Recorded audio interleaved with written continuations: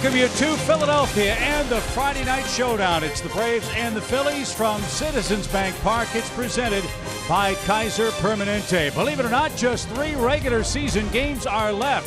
The Braves have clinched a playoff spot. All that's left to be determined is who Atlanta will play in the first round. So they'll try to tune up for the postseason once again with the slumping Philadelphia Phillies. Hi again, friends. Chip and Joe. Welcome to Citizens Bank Park. It's frankly great that these games are meaningless as far as the postseason picture is concerned. The Braves have their rotation apparently set for round 1 of postseason play.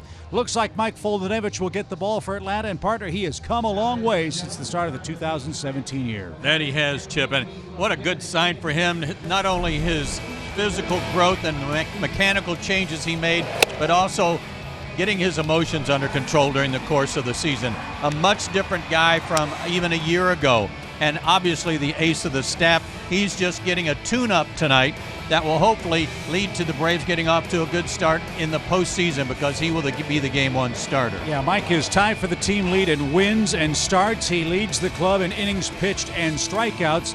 Certainly an all-star caliber year for Mike Foltynewicz, and from one year to the next, Joe, you can see why the Braves are so excited about him as a top-of-the-rotation, #1 caliber type starter. Almost a 2-run difference in his ERA. That speaks volumes. A sub-200 ERA, and while he's changed his mechanics a little bit, his strikeouts didn't suffer. He's just under 10 strikeouts per 9 innings, so another great step forward for Mike Foltynewicz, and we get to watch him tonight. It is basically the Mike Foltynewicz game summary. Look at this. Against the Rockies, one of the opponents the Braves might play, an outstanding effort at home. 7 innings, a 4-hit shutout ball, no walks, 9 strikeouts. Should have won the game, but the bullpen couldn't hold the lead after he came out. Against the Dodgers, not the same story. 5 innings. He threw 103 pitches in those 5 innings, walked 3, struck out 8. They're a different type of team. They're not big free swingers. They make you throw the ball over the plate, so sometimes that leads to some walks and a lot of additional base runners. And right now, the Rockies would be the Braves' opponent. They lead the National League West by a game over the Dodgers. The Rockies hosting Washington tonight. The Dodgers are in San Francisco to play the Giants, so an awful lot yet still to be decided as far as whom the Braves will play once postseason play comes early next week. Mike Foltynewicz has grown up between the white lines. He's also grown up off the field as well, and Kelsey will talk about the softer side of Mike Foltynewicz when we come back to Philadelphia for Game 1 next.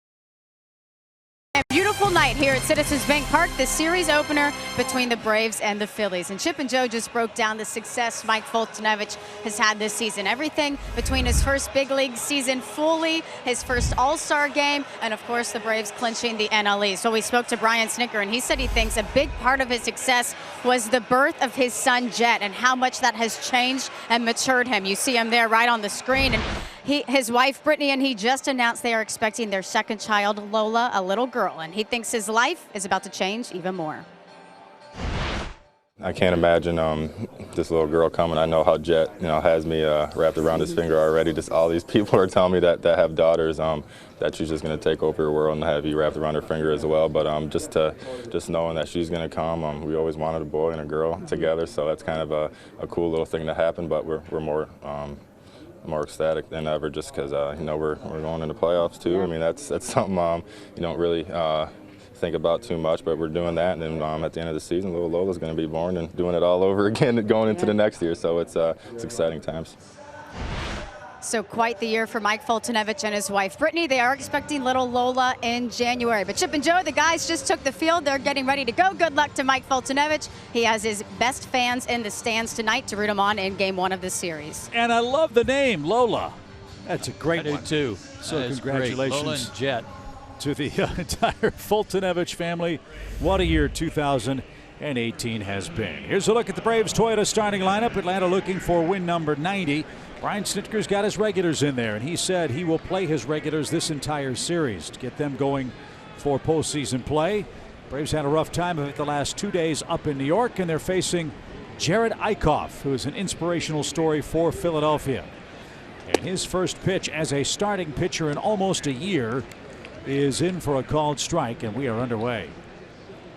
Eichhoff had a strained lat muscle. Then he also had some carpal tunnel problems. Did that get Ronald, or did he get out of the way? Or was it fouled off? Count showing 0-2. He's not headed to first. Let's see what this got. It looked like I got his arm and then the bat from that angle.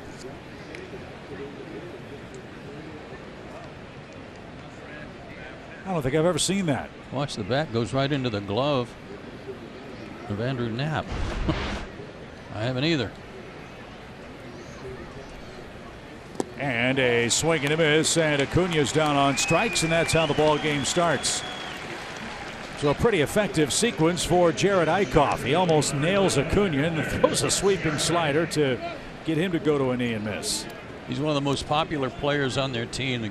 His teammates really rooting for him to have a good outing tonight. As you said, it's been a while, and he's trying to improve on his numbers that are pretty good already against the Braves. He has a good curveball, sits in the low 90s with his fastball, but has had nothing but injury issues this year to try to deal with. Ender Inciarte will be the batter. He swings the first pitch, and this one skied into left field. Rhys Hoskins is there and has it, and just like that, there are two quick outs here in the first inning. Eichhoff was not born and raised a Philly. He was acquired from Texas in the big Cole Hamels deal. In fact, that was a trade that really did turn the Phillies' fortunes around and accelerate their rebuild. And he paid big dividends in 2016, an 11-game winner, 11-14, 33 starts, and a 3.65 ERA.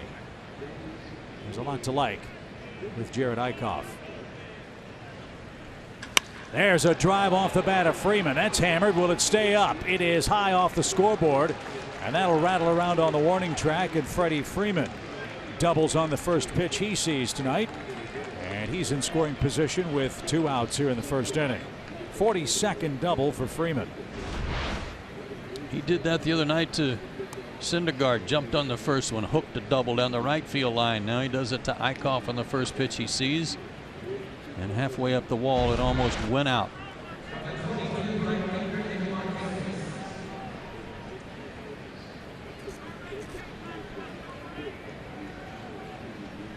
So with 2 outs, Markakis has an RBI chance. Nick's cooled off over his last week or so. He's 4 for his last 26.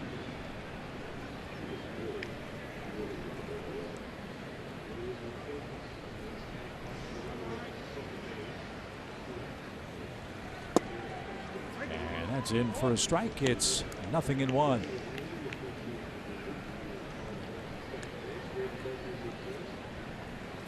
Eichhoff worked in a couple of relief appearances prior to this start, but just 2 total innings for 2018 coming in.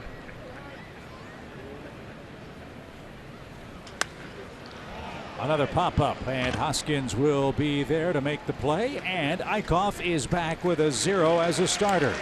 Freeman doubles. He's left stranded. Here comes Mike Foltynewicz to face the slumping Phillies here at Citizens Bank.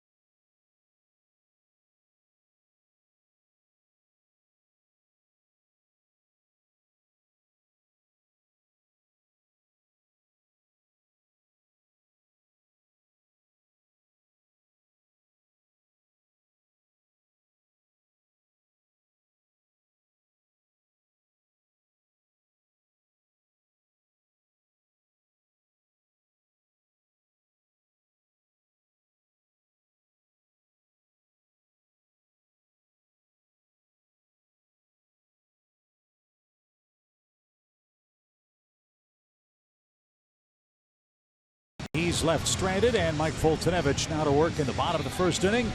He's been consistent. He's an all-star. This is a great number on him. Two earned runs or fewer in 23 out of his 30 starts this year. That's outstanding. His ERA is 2.88 coming in. 12-10 on the year. 5 starts against the Phillies this year. 2-1 with a 2.08 ERA. His 4 keys tonight: honing. Well, he's going to be doing a lot of honing tonight. Be honing his pitches, getting ready for his start. You can call it a tune-up if you like, but we're going to refer to it as honing his skills in preparation for the postseason. Swinging. I think he's going to be probably a lot better at honing than he has been at swinging most of the year, but we're hoping that he rallies and gets a hit tonight. Well, wait a minute. Can't you hone your swing too? It's a little late. Oh, okay.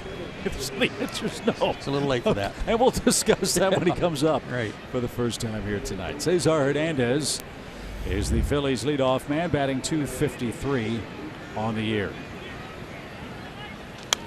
What a difference a week plus makes for the Phillies. You might recall they came to Atlanta still with hope, faint hope, but still hope nonetheless against the Braves. Game 1 matchup that Rhys Hoskins said was their most important game of the year. Gabe Kapler's crew lost that, were swept by the Braves, then utterly collapsed in Denver in 4 games at the hands of the Rockies. And at the top of the zone, Hernandez is blown away at 98. He said it was high, and even Foltynewicz wasn't sure it was strike 3. We heard the call. But Hernandez retired, 1 up, 1 down. That's Jerry Lane behind the plate. He has a very distinct strikeout call. Well, that ball was really moving. It gives you a little hey, and then a second or two later he uses his arm motion, but we're the last to know. So a good start for Mike. Here's Justin Bour, and that's outside. 1 ball, no strikes. Bour batting second because of a career high 73 walk total between Miami and the Phillies. He's also hit 20 homers. Bour was one of the handful of Phillies acquired at the deadline and beyond to try to supplement their roster and get them into postseason play. It didn't work out. Excellent numbers against Mike. 8 for 16, 2 homers.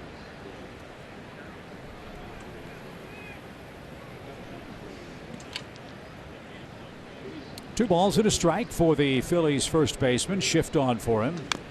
And it's fouled away. Now 2-2. No batting gloves for Mr. Bohr. A rarity.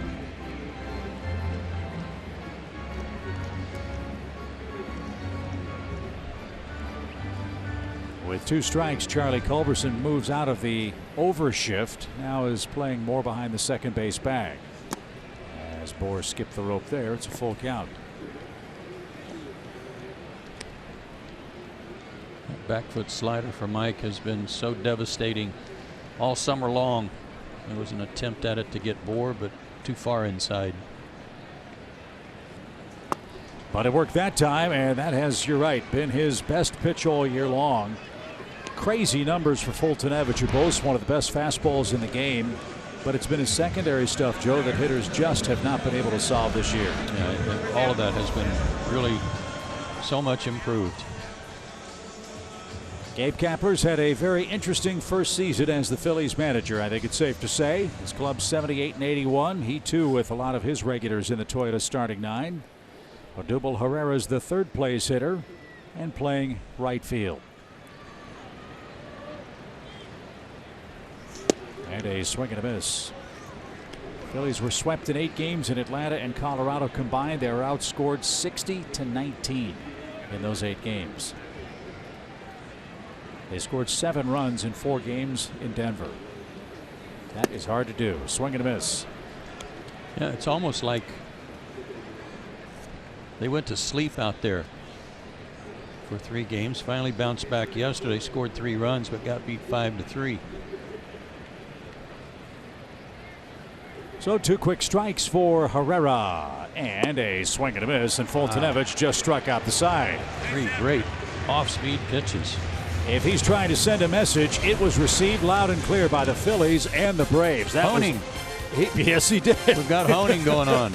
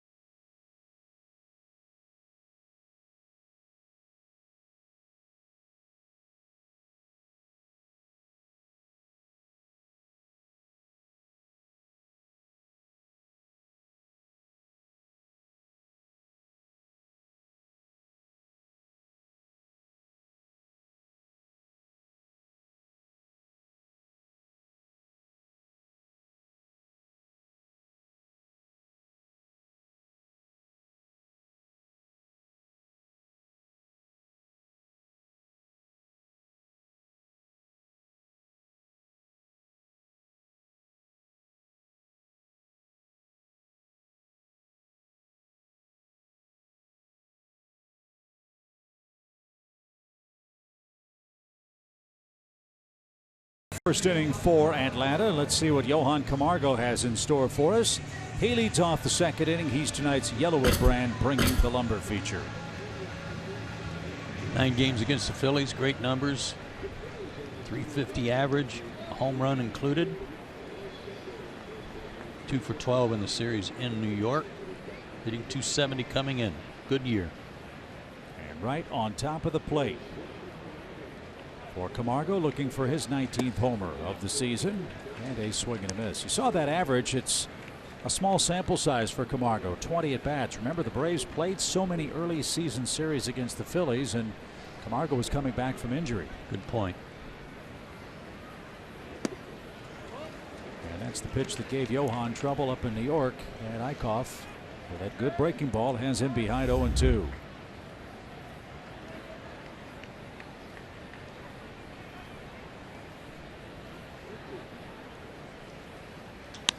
And that one scalded past Bohr into right field for a base hit. That's what Camargo does so often.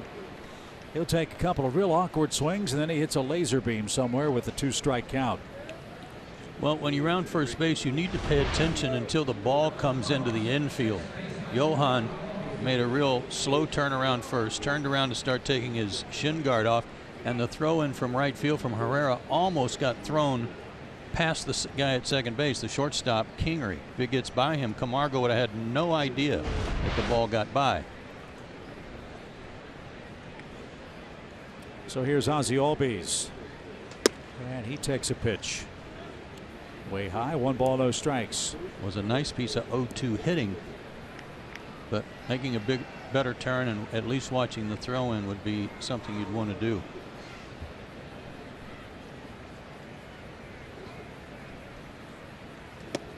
Hey, Ozzie's got a 2-0 count now.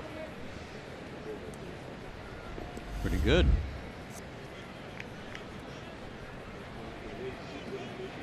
.24 homers, 74 RBIs. He's looking to get into the 40 double club for Atlanta. He's got 39 of them. And the pitch is ripped down the right field line. That's headed for the corner, and that's going to bang off the fence. Camargo's on his way to third, and Ozzie is going to have that 40th double. They're at second and third with nobody out as Ozzie Albies worked the count to his favor, and then he hit a rope. That was good to see.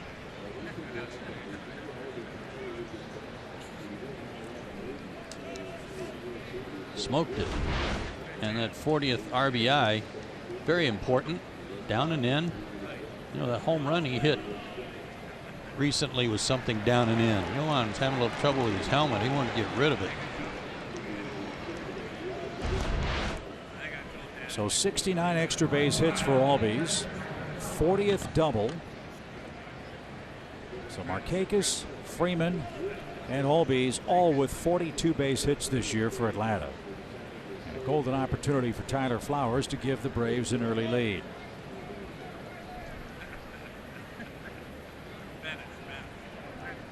So a 2-strike single by Camargo. Ozzie doubles into the right field corner. And Flowers takes a strike. It's 0-1. Tyler has good numbers against the Phillies for the year, .286 average.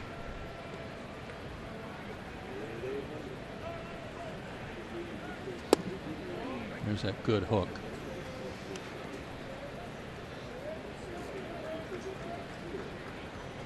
I would think he'd get good downward action on his pitches. Eichhoff 6'4", 244 pounds. Out of Evansville, Indiana.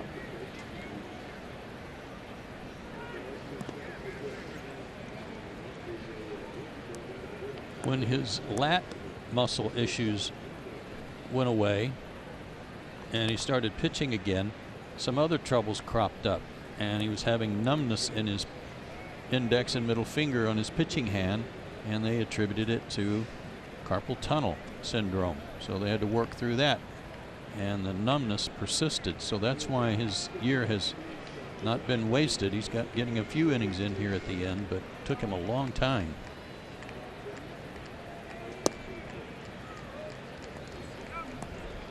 No swing on the appeal. And Flowers now a 2-2 pitch.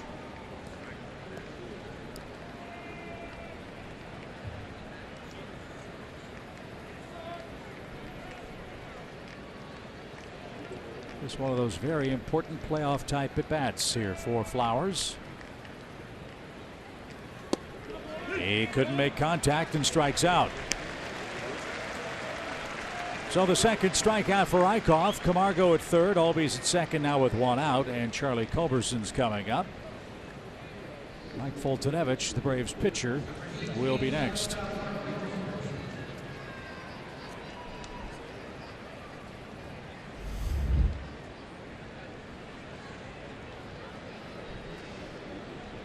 Charlie at 272, 12 homers, 43 driven in. Infield comes in now. And he was looking for that breaking ball, and he whacked it foul. Strike 1.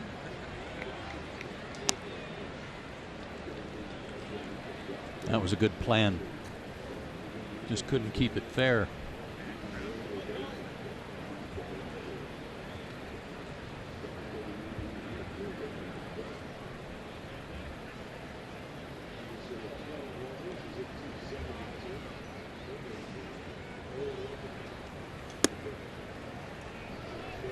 if I would be real comfortable as a hitter going out into a big league game facing a pitcher who has numbness in his fingers. Eichhoff has sprayed a couple of balls dangerously close to Braves hitters in the first 2 innings, including one to Ronald Acuna on the second pitch of the night. 1-1 pitch. Didn't offer, ball 2. We'll see how long Eichhoff is allowed to pitch. No one expects him to go more than 3 innings since he hasn't pitched much at all this season. Might be sort of one of those opener type starts, meaning a short outing and then Johnny Holstaff coming through the bullpen.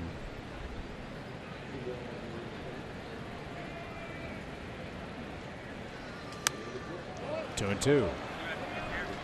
Phillies have a full 40-man roster in September. That's the maximum allowed under the rules. And they have 16 relief pitchers at Gabe Kapler's disposal.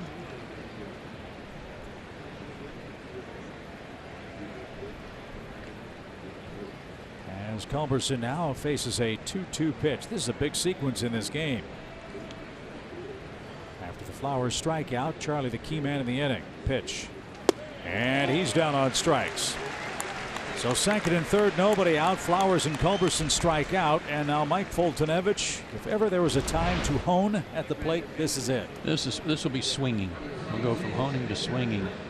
But this was an issue in New York the last 2 games. Lack of contact, and especially second and third, nobody out. Braves were hoping to get a pitch or 2 to put in play. Help yourself, Mike. He's 3 for 57, 40 strikeouts. And Eichhoff has been a strike 1 throwing machine. He's thrown strike 1 to 8 of 9 Braves hitters to start the night.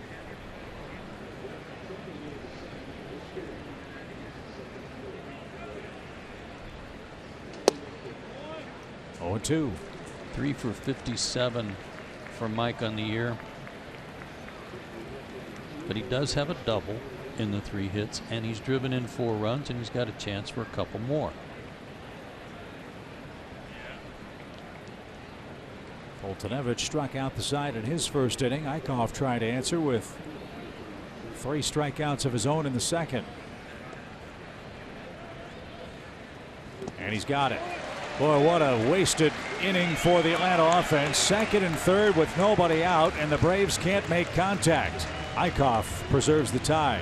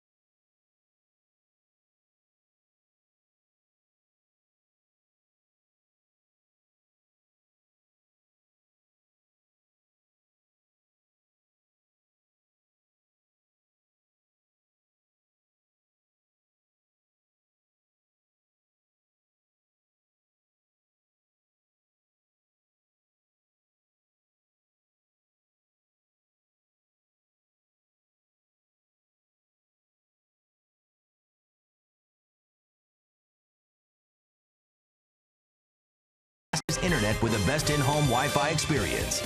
By Delta Airlines. And by Georgia Natural Gas. Get $100 when you sign up and use promo code SAVE100.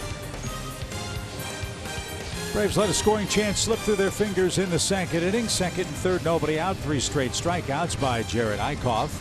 Mike Foltynewicz struck out the side in his first inning of work tonight. Let's take a look at his Indeed player resume tonight in Philadelphia. National League ranks, ERA, opponent's average, strikeouts per 9, hits per 9. That hits per 9 at 6.5 translates to 129 hits in 179 innings now. Both he and Julio, great numbers there on opponent's batting average. And for Philadelphia, after they were retired via strikeout in the first inning, might be deja vu for them. Remember, German Marquez struck out the first eight Phillies he faced at Coors Field to set a modern-day record. First man to make contact was the pitcher. That's how badly things went for the Phillies offense that night. And it's another strike to Rhys Hoskins leading off. Hoskins playing left field. Terrific player, cornerstone player for the Phillies. Look at those numbers. Love the first pitch curveball from Mike.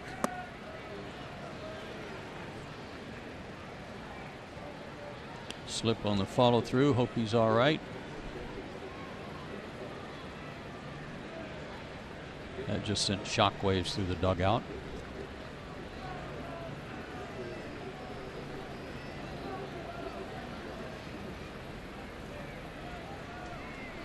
No balls, 2 strikes for Rhys Hoskins. And the pitch popped up and headed for the lower bowl here in Philadelphia. Well, the Phillies have played good baseball this year. In fact, that was one of their team strengths. They had a very good home record in 2018. Yeah, 34-20.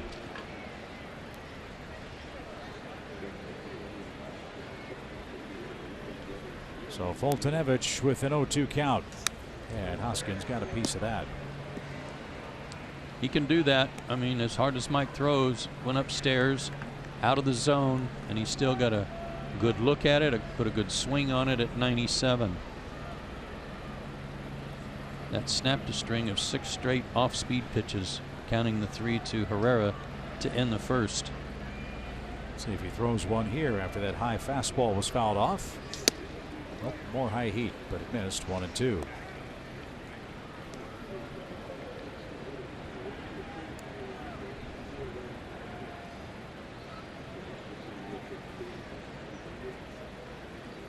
There's the Folty glove waggle. Now the pitch. Hit high in the air toward left. Acuna back onto the warning track and at the wall is going to have enough room to make the play. Hoskins hit it a mile high, but not deep enough. 1 out. I have a feeling after those 2 high hard ones he was sitting on something off speed, because he was not fooled at all. Oh boy, just a floater, like a changeup, and barely stayed in the park.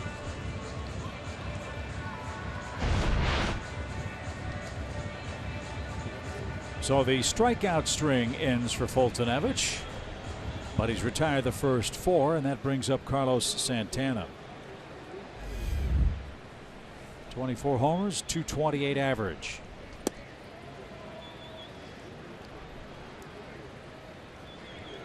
He's in the first year of a 3-year deal with the Phillies. The Braves have pitched him very effectively. He has 7 hits against Atlanta pitching this year in 52 tries.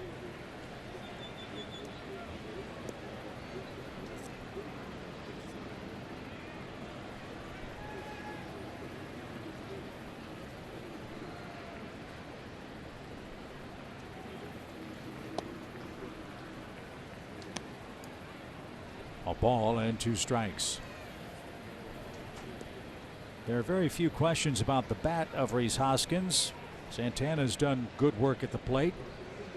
Good power numbers, high on base percentage despite the low batting average.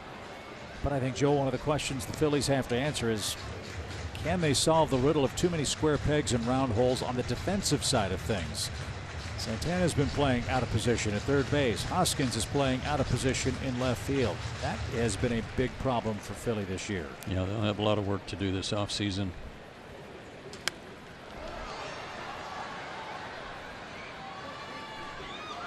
One advantage that the Phillies will have is if they try to trade Santana or any of their other higher priced players, they have virtually an unlimited checkbook.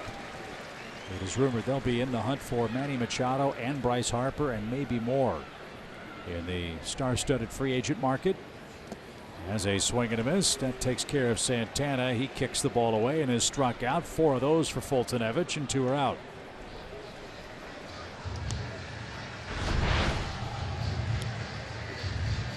Back foot slider. Same pitch that got Dustin Bohr, and as soon as he kicked that ball away, he was rung up by Jerry Lane. Good pitch. And that's the stat we were talking about earlier. Quite a difference between his fastball average and everything else. That includes curveball, slider, and change.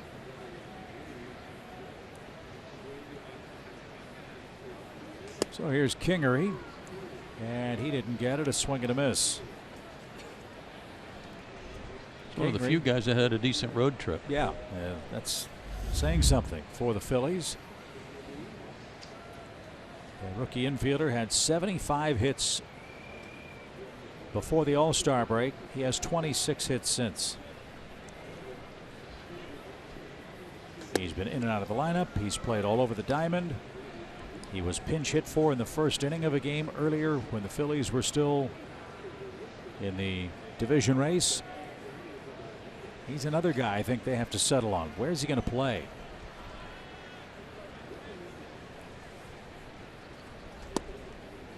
And he, like Ronald Acuna, had a tremendous spring, and the Phillies signed him to a very lucrative contract extension or long-term contract before he'd ever played a major league game.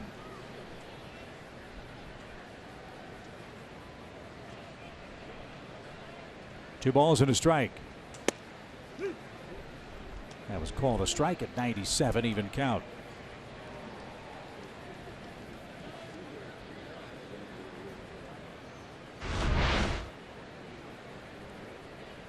Kingery hit 5 homers in 56 spring at-bats and was given a 4-year, $24 million deal with a couple of options tacked on for good measure. Now, the thing that surprised me and a lot of people in baseball was that they're that high on him. They give him that kind of contract to kind of tie him up for the next several years to avoid arbitration and free agency, and then they don't let him play his position. They didn't think enough of him to say, okay, here's your spot. He's been a utility guy all year. Odd. Swing and a miss. 5 strikeouts for Fultonevich. Kingery asks Jerry Lane if that was a strike. The answer is yes. A deep fly ball by Hoskins gave Mike a scare, but his fastball is honing in on those Philly hitters.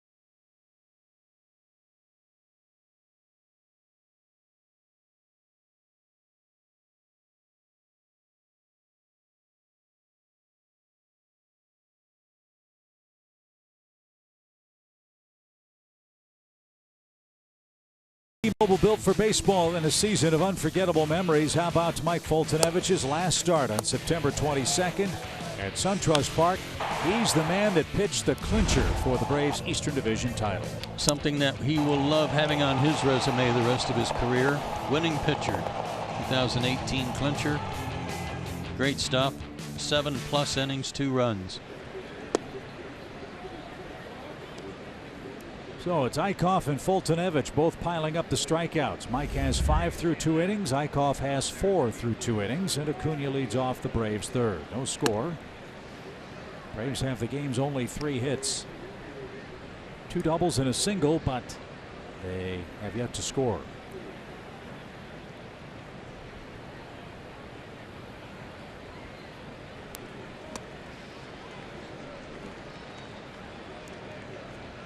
That breaking ball gets about halfway and just throws out a parachute and really slows down.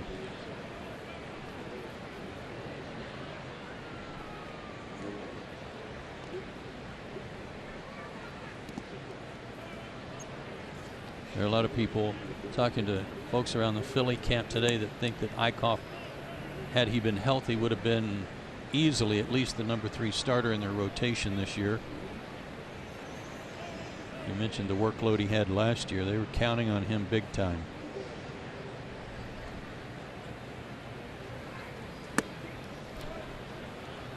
Full count for Ronald. He's got a 3-game hit streak working tonight. 4 for 13 in that stretch.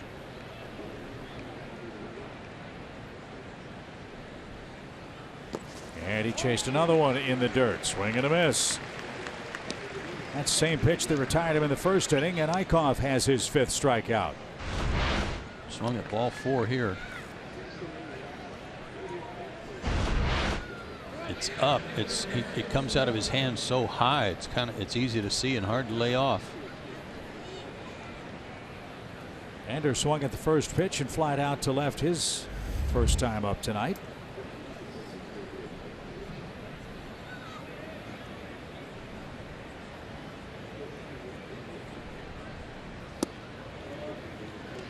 Steady dose of that hook.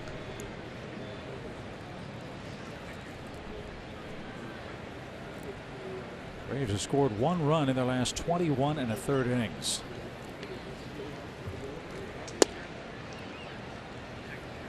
DeGrom, Vargas, and now Eichhoff, the opposing pitchers.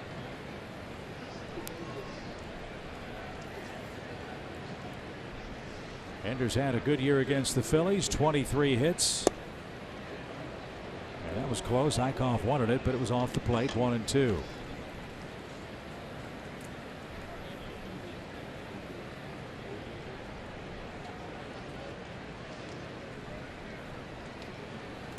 Did he go? Jerry Lane said he did. Ender wants an appeal at third. He's not going to get it. Eichhoff strikes him out on a check swing. And Ender thought it was a foul ball. He's asking Vic Carapazza to talk it over with Jerry Lane. Ender thought he tipped it, but he is going to get no satisfaction.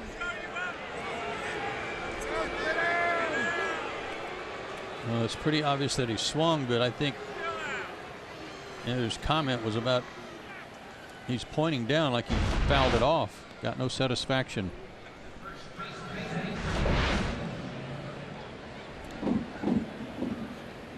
If he did, he brushed it as it went down into the plate. So Eichhoff has struck out 5 in a row, 6 in total. Freeman doubled on the first pitch he saw. And this one straightens him up inside. Ball 1.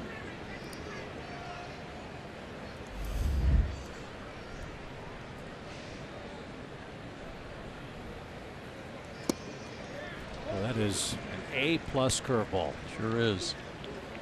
Downer.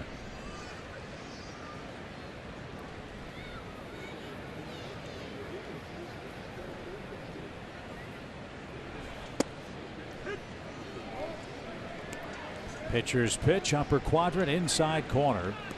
It's 1-2. Don't see Freddie complain too often, but that's Freddie's way of complaining about that call.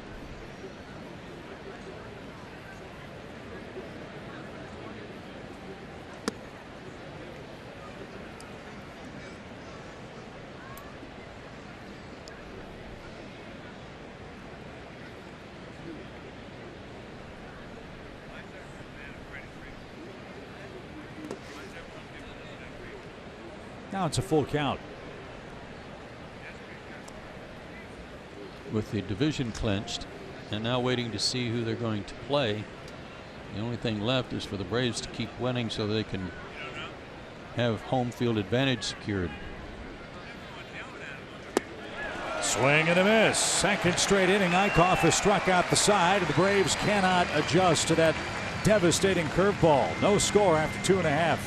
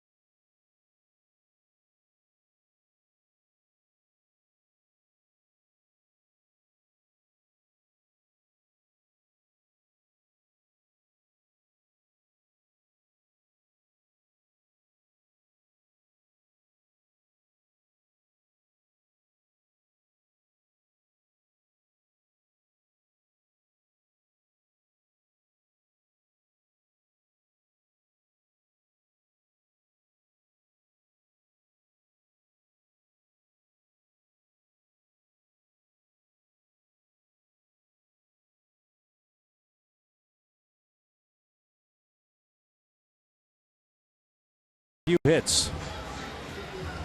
They got good ice cream here. They have great ice cream here. Downstairs, upstairs, everywhere. They got good ice cream. Did you have ice cream with dinner tonight? After dinner, yes. And what was your Moose Tracks. Moose Tracks is always it's hard to beat. Graham Slam is pretty good. Yeah. Frank fixed me up in there. Folks here in Philadelphia are so kind, so thoughtful in the press room here. It's a real treat to get to spend 3 days with them at the end of the season. Take great care of all the media here at Citizens Bank as Fultonevich gets a soft ground ball and he'll apply the tag to Andrew Knapp. And Fulte sent down the first 7 in order.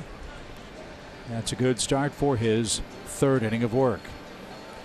Don't know who the Braves will play in postseason. Don't know if the Braves will have home field. The National League playoff picture shaped up a little more clearly today with the Cubs beating the Cardinals. The Cubs won their 94th game, so they'll be the #1 seed, and St. Louis in real trouble on the outside looking in for postseason action. Kyle Hendricks went 8 innings. He's won 5 of his last 6 decisions. Chris Bryant hit a home run. Yeah, long one, straightaway center.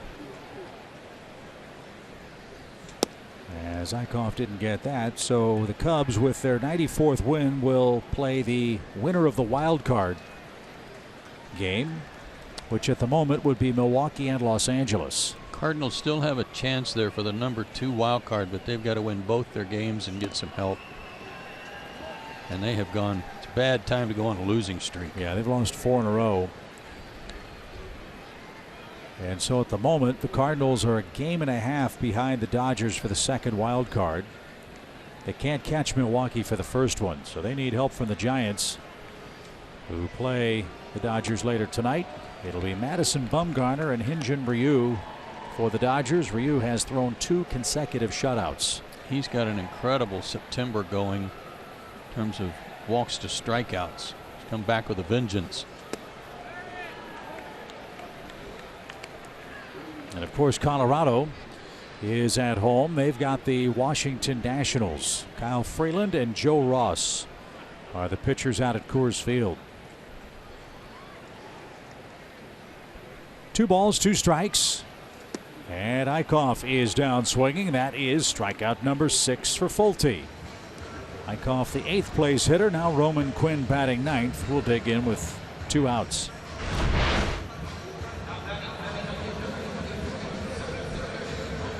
Looks sharp. He's honed in. He's thrown strike 1 to 7 of his first 8 Philly batters. One more note on the Braves and the Dodgers or the Rockies. If either of those Western teams finish with the same record as the Braves do in regular season play, the Braves would open the playoffs on the road. Both the Dodgers and Rockies won 5 of 7 games in the regular season. That's the first tiebreaker.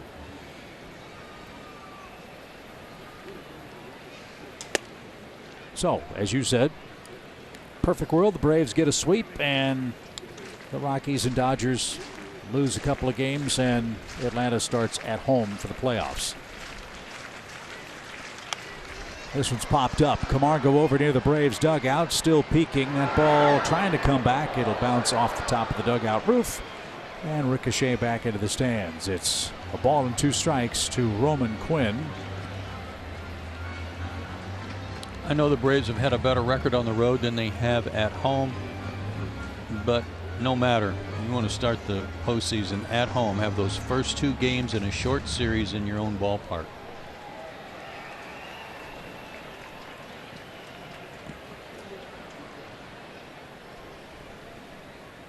One ball, 2 strikes. And that just missed. Fulte looking for his 200th strikeout in this sequence. He's already struck out 6 Phillies through 2 2/3. And he just got it. 7 strikeouts for Mike Foltynewicz, number 200 in what has been a breakout year for him in 2018. And our scoreless duel moves to the 4th inning.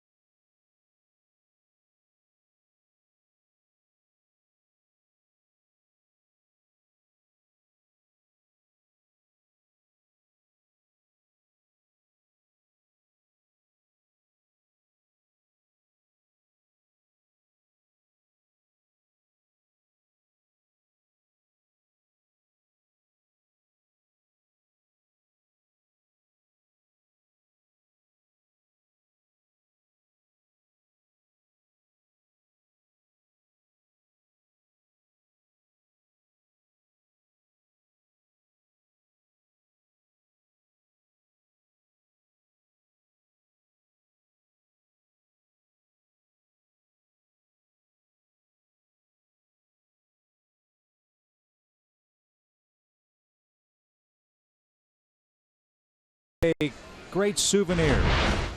Mike Foltynewicz just became the 6th Atlanta era pitcher to get to 200 strikeouts in a single season.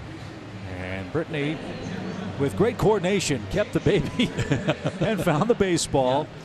As Mike became the first Brave with 200 or more strikeouts in a year since Javier Vasquez turned the trick back in 2009. He might be done. High fives everywhere. Yeah. I'd say that is a good piece of honing here tonight. Can't pitch any better than perfect through 3. No. With 7 strikeouts. Struck out 7 of the 9 guys. So Atlanta's offense starts anew here in the 4th inning. Markakis, Camargo, and Albies are coming up. Phillies bullpen has begun to play catch. A couple of Braves are standing around by the bullpen mound, but nobody throwing. So we'll see if Mike continues as Nick Markakis takes a strike. Nick flied out to left. That ended the Braves' first inning.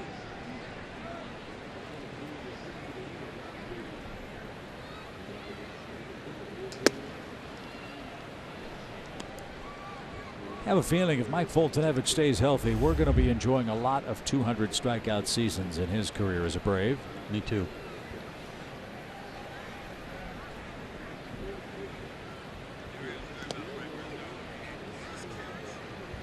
And you're looking ahead, if the Braves do secure home field advantage or not, Mike's still going to be the first guy to start for the Braves, and will give you his home road splits.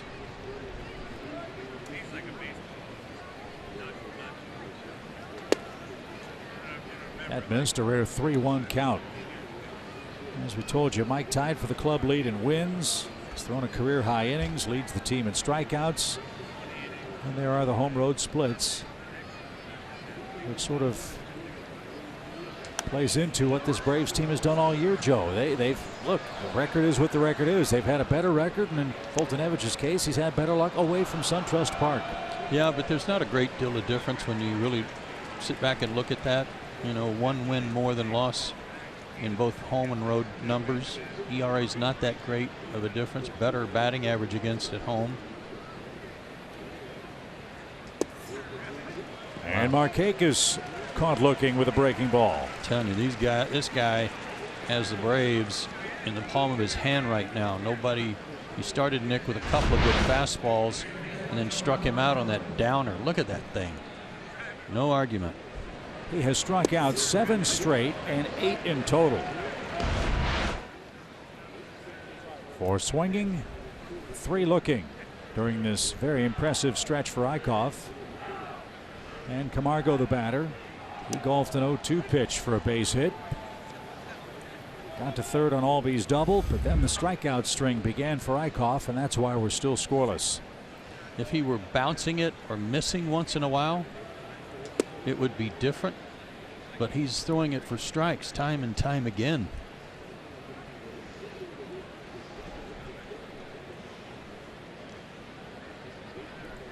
Ten outs on 50 pitches. 1 ball, 2 strikes.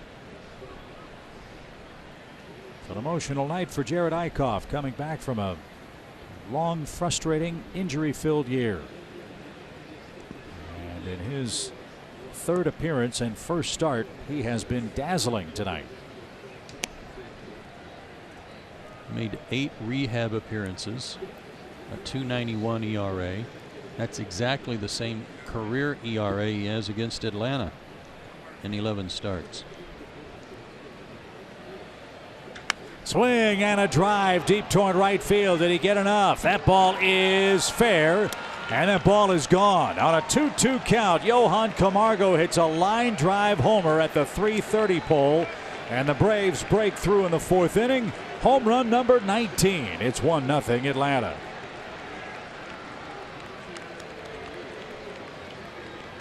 Man, oh man, I wasn't sure if it was going to have enough height.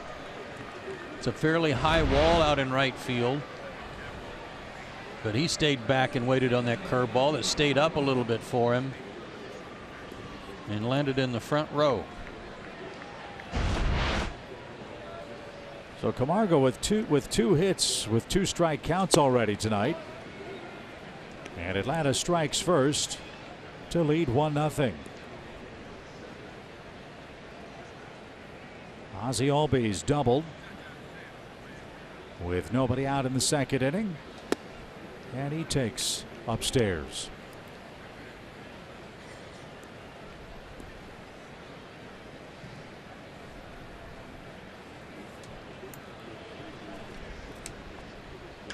That ball is cracked toward the gap in right center field. Herrera got to it quickly, cut it off. Good play to hold Albies to a long, sharply hit single. So Camargo and Albies are a combined 4 for 4 tonight, and Gabe Kapler is on his way out, and that might be the end of the night for Eichhoff.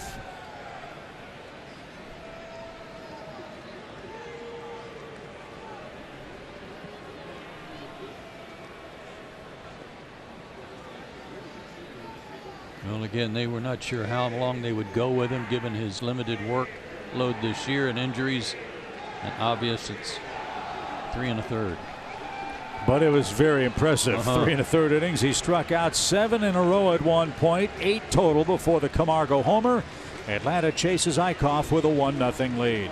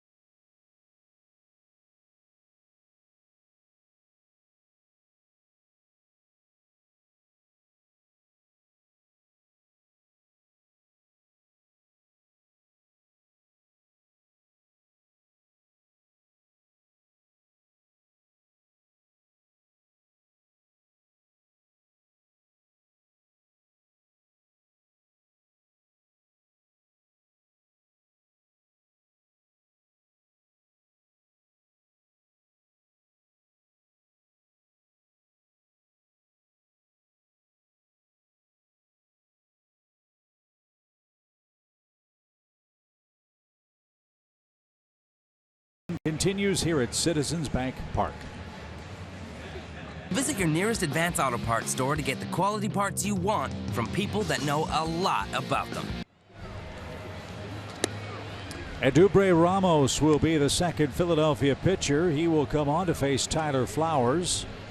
Eichhoff went 3 1/3 innings, 5 hits, no walks, 8 strikeouts. The 1 run so far is his responsibility, as is Ozzie Albies, who stands at first base. Outstanding performance. Last opportunity of the year for Eichhoff. Great job. Ramos spent some time on the disabled list with a right shoulder impingement. And Flowers almost got hit. 1 ball, no strikes. Throws hard.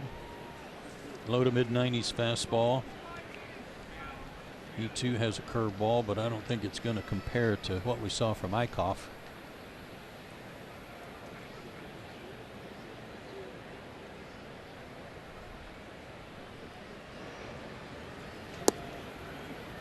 That one taken low. 2 balls, no strikes.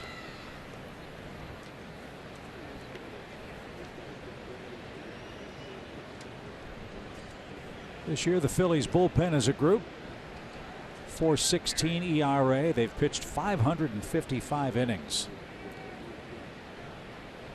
Runner goes. Good jump.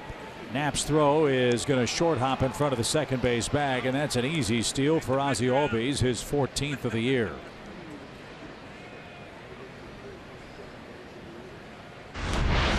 Never gave him a look. Good crossover step for Ozzie.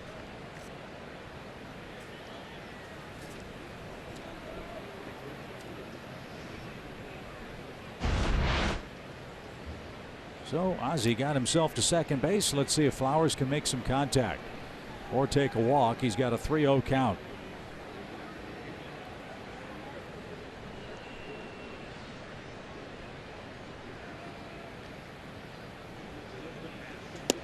And Tyler's aboard. A 4-pitch walk from Ramos. And Charlie Culberson will be the batter.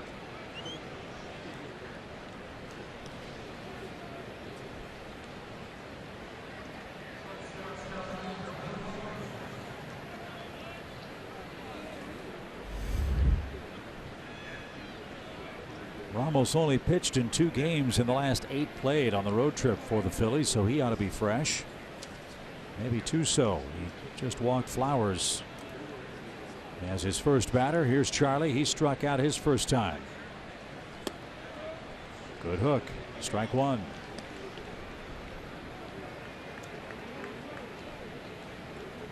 A Johan Camargo homer on a 2-2 pitch right down the right field line and into the first row of seats has given the Braves the game's first run. Albies in scoring position with Flowers behind him at first base.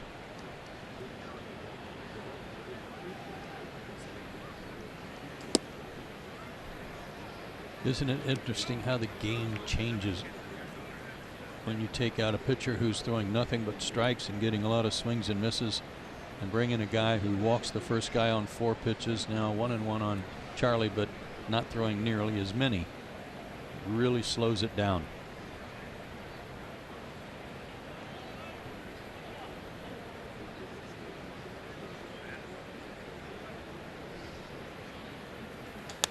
Driven out of play, foul.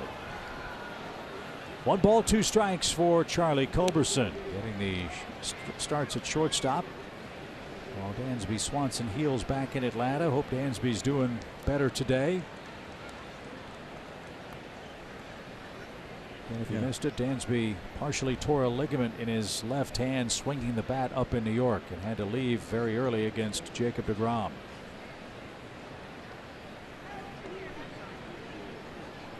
One ball, 2 strikes.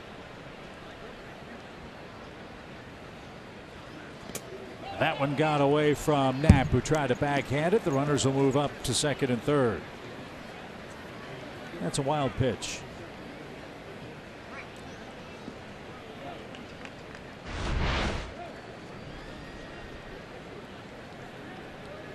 Well, I must say that was a wild pitch, but he didn't get a whole lot of help.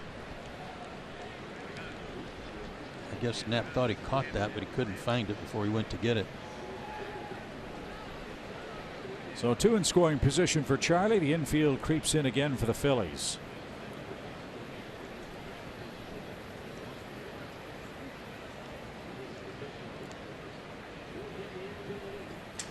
Broken bat right up the middle, a base hit. Albee scores. Flowers around third. He's going to come home. Quinn will not have a play. It's a walk and a broken bat single. Charlie Culberson drives in 2, and Atlanta extends the lead to 3-0.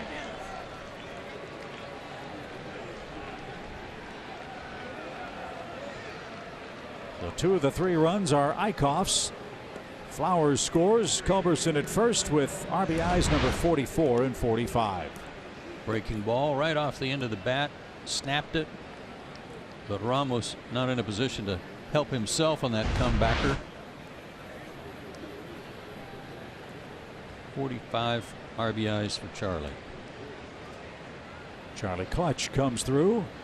Here's Fultonevich. He struck out his first time, and he gets the bunt down. It's a beauty. And the peg will be to first base. Good sacrifice for Mike. That's his 8th sacrifice bunt. That's an area where he has improved from last year as well. Well, perhaps because it was an opportunity to practice that, but you know, he was getting all those high fives in the dugout. Maybe it was just for his 200th strikeout. So with sacrifice number 8, Fultonevich has the 2nd most sacrifices by the Braves pitching staff. Julio with 12, Sean Newcomb with 7, Mike Fultonevich now with his 8th. And Acuna a chance to extend an Atlanta lead. He struck out twice against Eichhoff's curveball.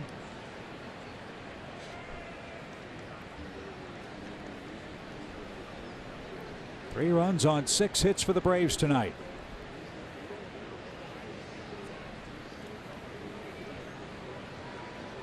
And today was supposed to be one of those, I think, the day for Dansby Swanson where they were hoping that 48 hours would give it a chance to calm down, give his hand a chance to calm down, and have a better analysis of the extent of the injury and how long he might be out. Let's hope that there was good news today.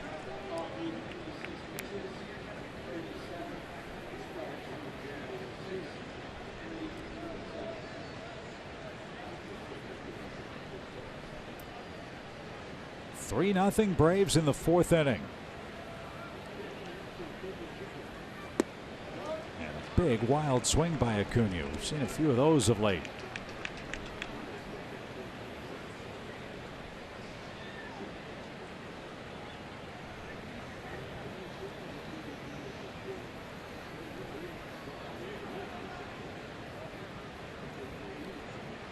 Margot homered with one out. Albee singled. That chased Eichhoff. Flowers walked. Culberson singled. Fultonevich a sacrifice.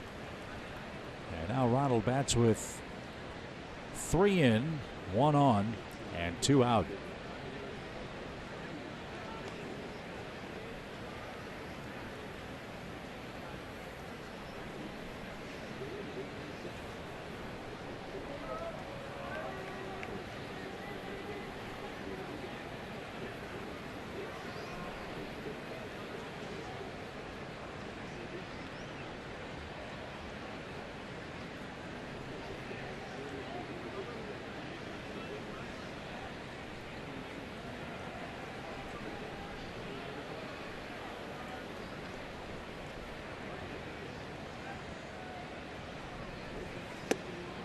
Another breaking ball.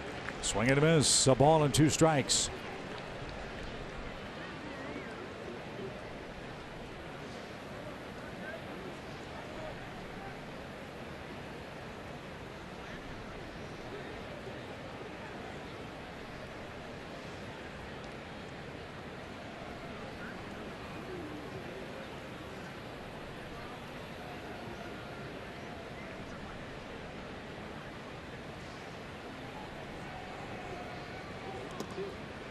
There was a nice block.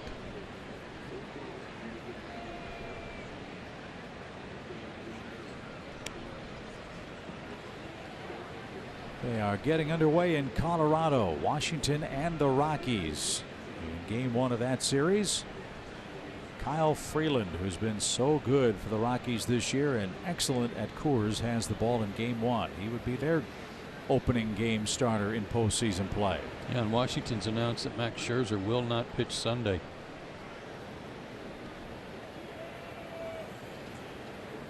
The 2-2 pitch is up and away. Ramos thought it was good enough, but hasn't been around the plate enough to get that call.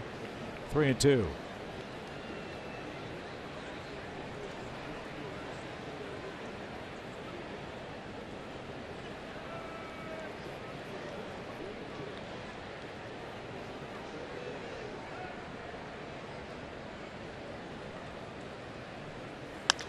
That one is whacked up the middle, a base hit. Here comes Charlie around third. He's going to score. The ball gets away from Quinn. Acuna is going to speed to second. He'll slide in safely. So Ramos has had a very poor inning. Acuna has his first hit, his 62nd RBI, and more Phillies defensive issues cost him a base as Acuna alertly moves up on Quinn's muff in center field. And here comes Gabe Kapler again. Another breaking ball. This time he knocked it up the middle, and Quinn just kind of flipped it.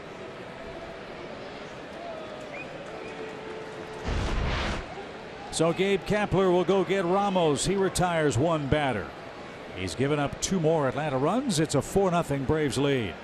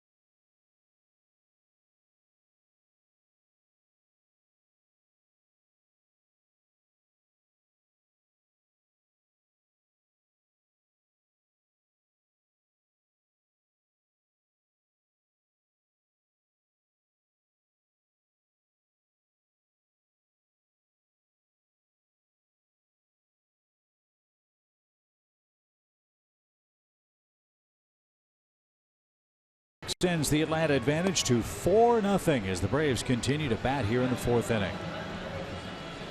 Visit Synovus for your banking, lending, and investing needs. Synovus, the bank of here. Chip and Joe with you from Citizens Bank. The Braves have broken through. It's a parade of relievers for Gabe Kapler here in the 4th inning. Aaron Loop has spent some time with Toronto before he came to the Phillies. This is his 58th appearance. Low 90s, slider, curve, change.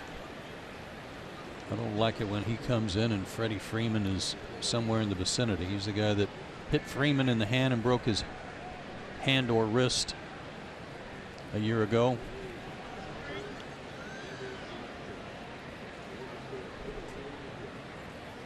And the first one to Ender is way off the plate, ball 1. We talked a lot about how Ender historically has been a post All-Star break hitter. Better numbers after the break for his career than before. That is certainly true this year, and it's situations like this, Joe, where I think he's had his biggest breakthrough.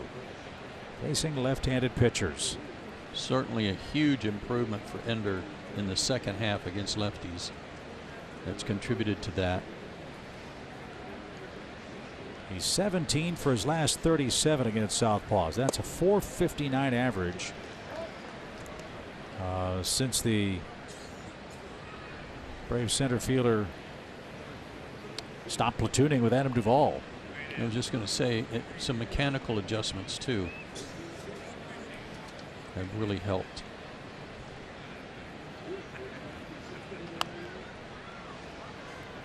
That's rolled foul. 1 ball, 2 strikes. So overall, his good work against righties and lefties leads us to our Synovus Greatness Made Here feature. .370 average his last 13 games.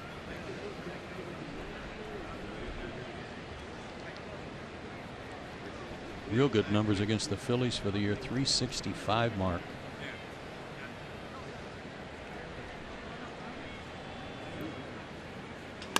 That one's banged toward short. Kingery's got it. He throws to first. Close play and just in time. Very productive inning for Atlanta. They score 4 times. A Johan Camargo homer woke up the bats. And after 3.5, Mike Foltynewicz enjoys a 4-0 lead in Philadelphia against the Phillies.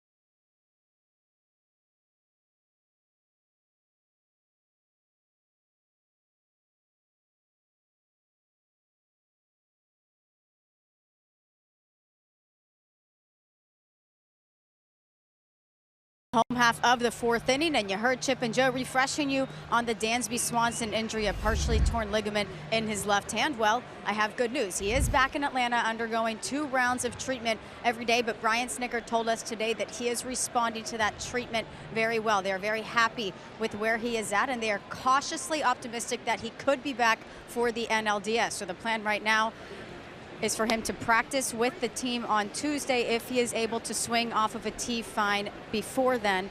And then, like I said, he could be back for the NLDS. That 3-day window between the end of the regular season and Game 1 gives them some time to work with, guys. That's a great story, Kelsey. Good. Hope that timetable works in Dansby's favor. Yeah, that's positive. That's very positive. It's just that, and those 3 days will work in his favor. Just after that time is over, what kind of playing shape is he in from a timing standpoint with his swing? But if he's healthy, that's the first step. So Mike Foltynewicz staked to a 4-run lead in the 4th inning now. He struck out 7 of the first 9 Phillies he faced, and he just drilled Cesar Hernandez to start the home inning. That is the first Phillies base runner. Foltynewicz hits Hernandez. And a South Philly cheer as they have their first base runner of the night. This was literally a back foot slider.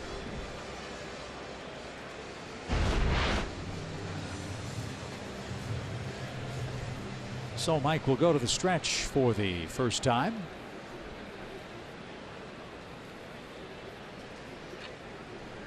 Bohr struck out his first time, and that one's in and out of the glove of Tyler Flowers.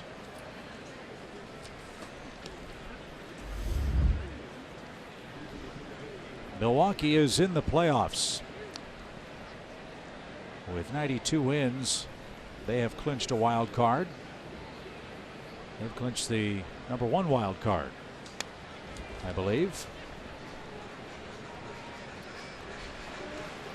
And they are playing the Tigers at Miller Park. And Detroit has struck for 2 in the first inning. So Craig Counsell, I'm assuming, is resting some of his regulars to get ready for either the Rockies or the Dodgers or perhaps the Cardinals for a 1-game playoff.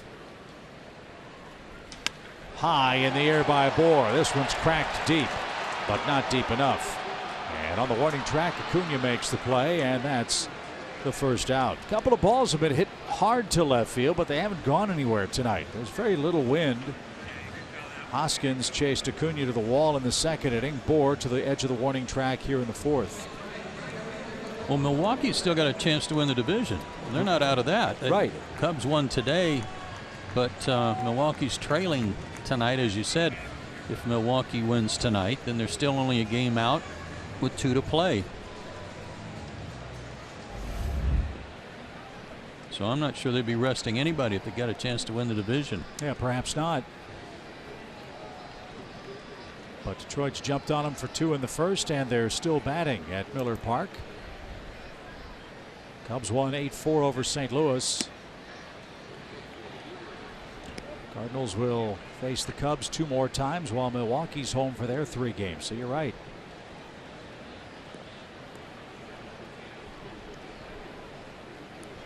But they have at least clinched the top wild card if they can't win the Central Division. Pitch is called a strike. Yep. Didn't hear anything. I saw the hand go up, and it almost looked like he was saying it was high and outside. It's almost like he was pointing at Hoskins to move over in the on-deck circle. That would be Jerry Davis. Mm-hmm. Somebody had to move off the on-deck circle. That's upstairs. Ball 2 for Herrera. 2 balls and a strike to him. Miami and the Mets are tied 1-1. That's in the 4th inning in New York. Big day for the Mets tomorrow. David Wright will start in the middle game of that series at third base.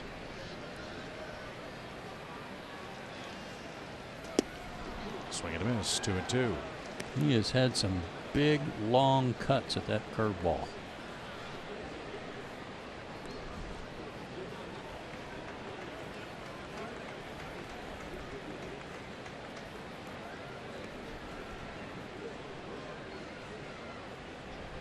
On August the 5th of this year, the Phillies were 15 games over 500. They start action tonight, 78 wins, 81 losses, as that one's hammered toward the gap. Ender is sprinting. He's not going to get there. That's going to bounce off the fence. Hernandez on his way to third. He's going to be sent home. It'll be an RBI double for Herrera, and the Phillies are on the board. It's now a 4-1 game.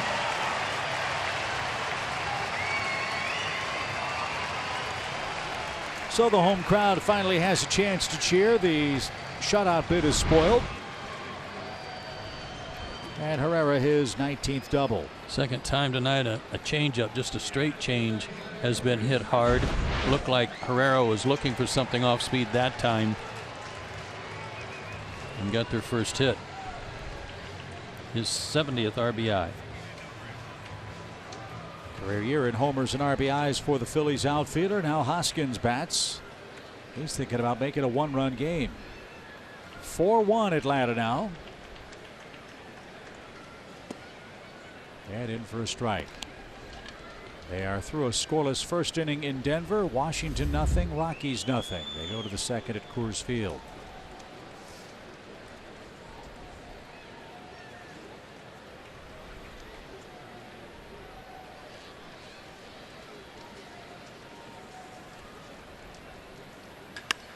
That's hammered toward Charlie at short. Good pick and a perfect throw. 2 outs.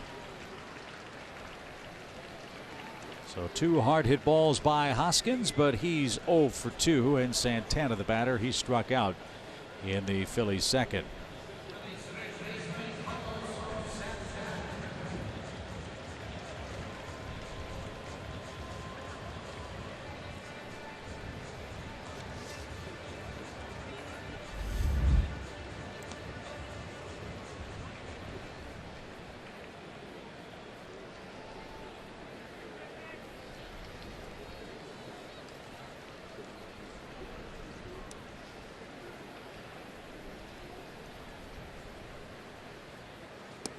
That's a little low. 1 ball, no strikes. Jordan Zimmerman and Zach Davies are the pitchers in Milwaukee. Zimmerman 7-8 for the Tigers. Davies 2-7 for Milwaukee. And the Tigers lead 3-0. That's hit to the right side. Freddie's got it. He'll take it to the bag, and that will retire the side. The Phillies cash in a hit batsman. They score their first and only run of the night, and we head to the 5th.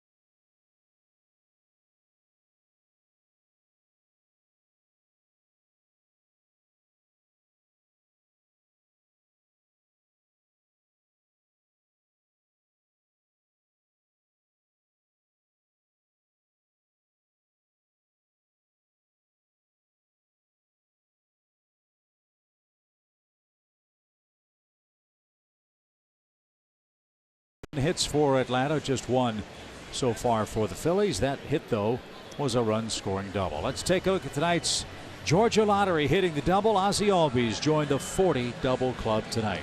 That is a jackpot. Last National League team to do this, the 2006 Rockies. That was a long time ago. Well done, gentlemen. Well played. So Drew Anderson will take over on the mound for the Phillies, his 5th game. Dylan Cousins, a big slugging outfielder, is going to take over in right for Adubel Herrera. Cousins will bat 8th, Anderson will bat 3rd, and Freddie Freeman leads off 1 for 2 tonight.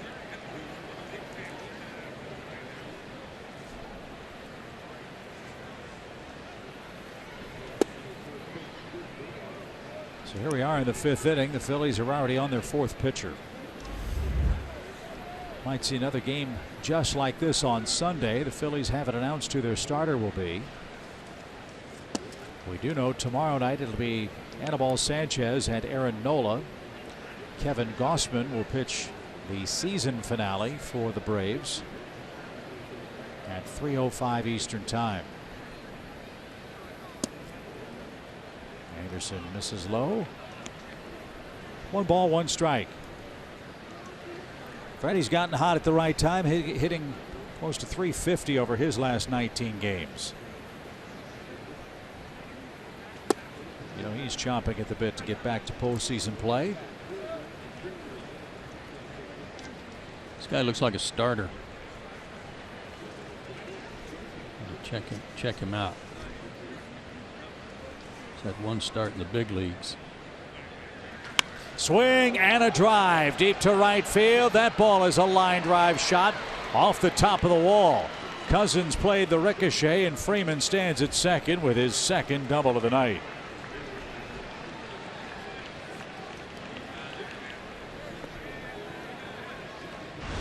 Well, starter or reliever, if you don't throw it in the right spot, Freddie's going to get you right off the screen there, just above the scoreboard.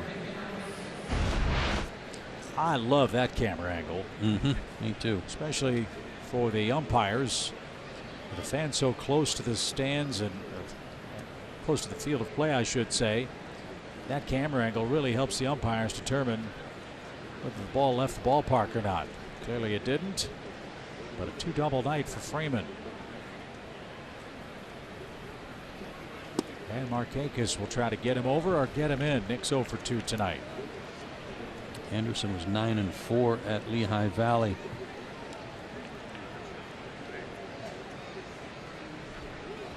Four-pitch pitcher.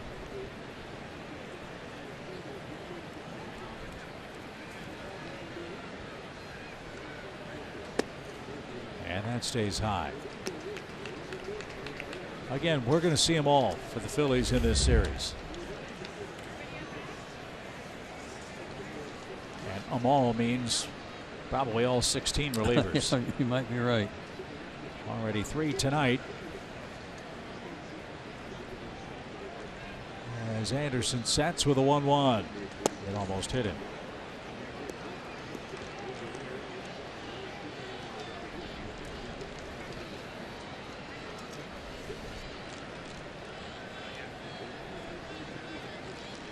Milwaukee's come back with 2 runs in the first themselves. It's 3-2 Tigers. Brewers still batting. It's a wild one brewing, if you will, at Miller Park. As that one slashed out of play, it's 2-2. All the offense in the 4th inning tonight. The Braves got 4 in the 4th. Camargo homered.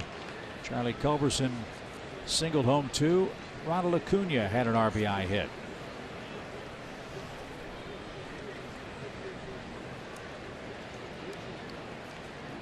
Gabe Kapler needed 3 pitchers to get 3 outs in the 4th.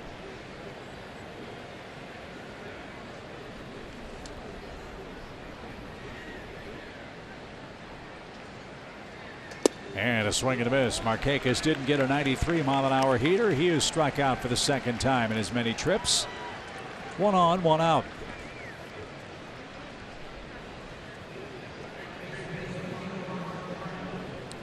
Markakis 0 for his last 10.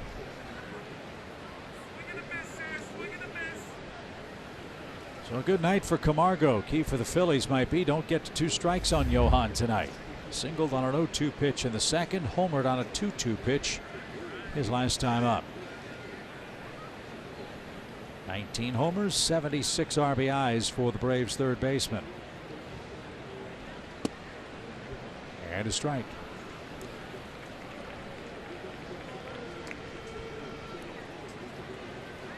The at-bat by Markakis disappointing, taking into account maybe you play the Rockies at Coors Field. You get opportunities like this in that ballpark, got to get guys over. Yeah, you got to get the single runs. You can't just play for the 3-run homer all the time. And that 1 run that you get this inning means that's one you don't have to get later on. Braves had him second and third. Nobody out in the second. 3 straight hitters struck out. Much better results in the 4th inning. Now Camargo bats here in the 5th. And takes upstairs 1-2. Had a very special moment before the game started in Milwaukee. Christian Yelich, who's a legitimate MVP candidate for the Brewers, caught the ceremonial first pitch today from his brother, who just was given an honorable discharge from the Marine Corps, and he came back to Milwaukee to watch his brother play. That's awesome.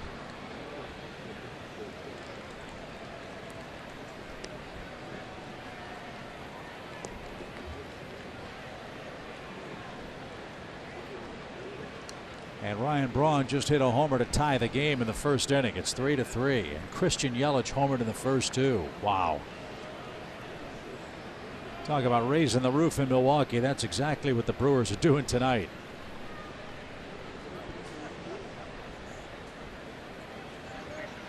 They're trying to keep the pressure applied to the Cubs, who beat the Cardinals 8-4 in Chicago earlier today. A ball and 2 strikes. And taken high. What happened to Jordan Zimmerman? Signed with Detroit and just haven't. I know they've had tough times in the last couple of years, but what's happened to him? We thought he was one of the Nationals' best pitchers. Yeah, certainly one of the toughest. 2-2 pitch. Good take. Full count. Nationals have the bases loaded off Kyle Freeland in the 2nd inning. 1 out. No score at Coors Field. Here Freddie Freeman stands at 2nd with 1 out.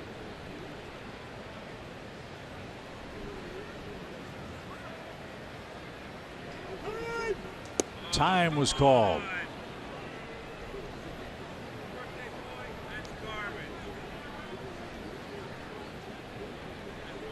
That was fortunate that Jerry Lane granted it.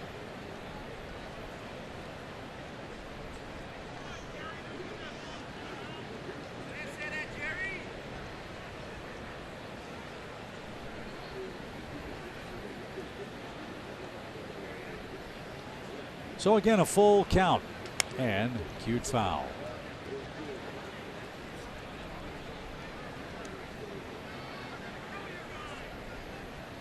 Freeland got out of that bases loaded mess. Washington hit into a 1-2-3 double play to send him to the bottom of the 2nd inning scoreless. And they got 3 straight singles but didn't score to load them up.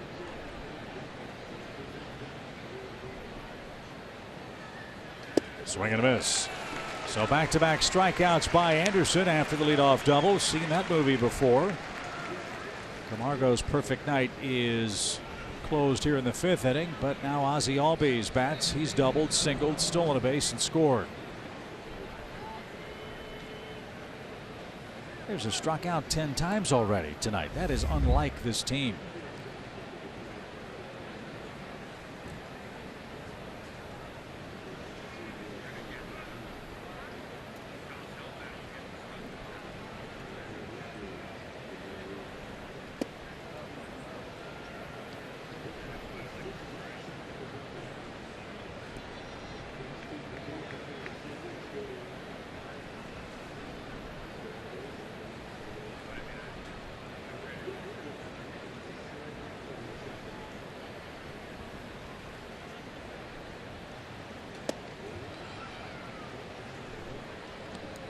Second 2-0 count of the night for Ozzie.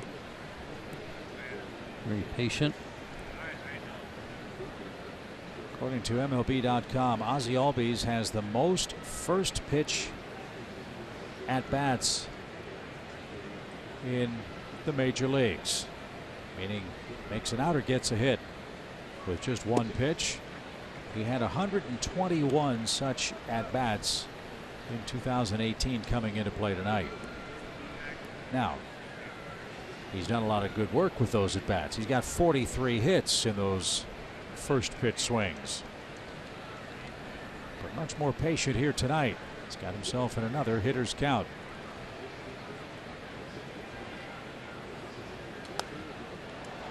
2-2.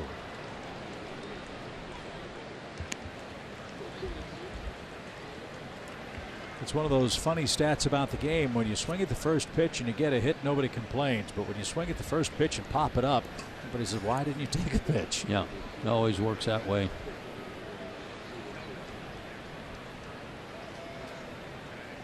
Easy to second guess that.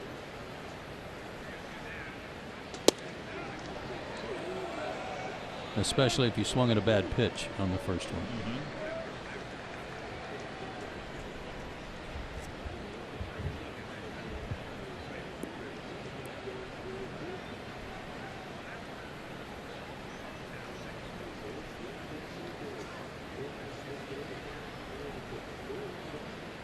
So the payoff is on the way, and Ozzie chased that.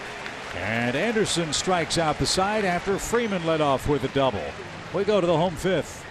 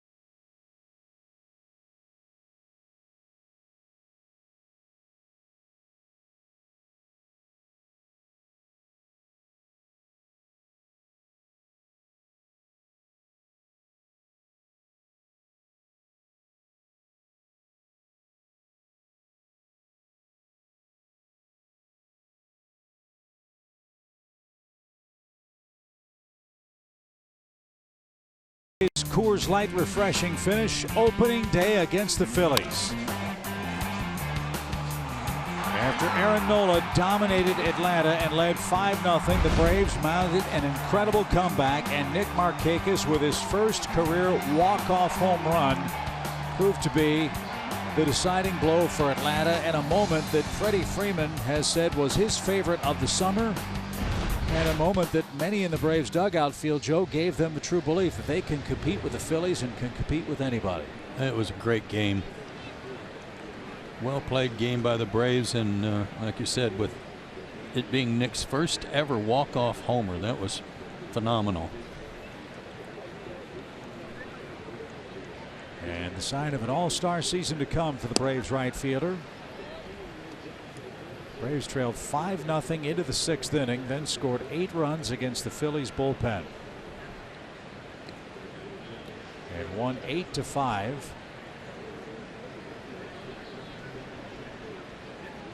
And got their season off to a rip-roaring start at SunTrust Park. Braves lost the second game of that opening series, came back and blistered the Phillies 15-2 in the third one, and that set the tone for the early season head-to-head play against these clubs. Braves won 3 of the first 4 series of the year, and 4 series played by the Braves and Phillies by the end of May. And it turned out, it made out the Braves to be something other than just a good start. You know, people might have looked at it and said, well, yeah, okay, they got off to a good start. They won 6 out of 8, or 10 out of 14. But everybody kept waiting for the other shoe to drop, and for the Braves to return perhaps to what they'd been doing the last 2 years. Never happened. That's right. They just kept playing good baseball, winning away from home, winning divisional games. I remember in the early weeks of the season, the Braves played more road games than any team in baseball, and they had played more games against winning teams than any other club in baseball. And they had more wins against those clubs. And that's when I think Brian Snitker and the guys really started to believe that his team had a chance. Heard Alex Anthopoulos join us in the booth the other day. He thought that Mike Soroka start against the Mets was a real turning point for the ball club. And he came up and pitched so brilliantly against the Mets. And so here we are, the Braves division champions, trying to secure home field advantage for a first round playoff matchup.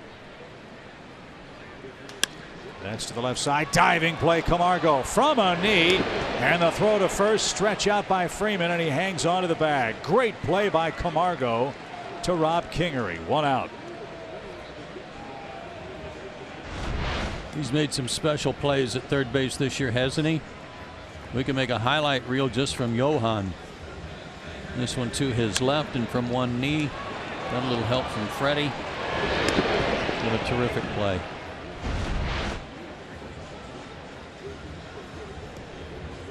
So 1 out for Fultonevich, who has to pitch 5 tonight at the least with the lead to qualify for his 13th win. He's got the first one here in the 5th inning. Andrew Knapp, the batter, he tapped back to the mound and takes outside, ball 1.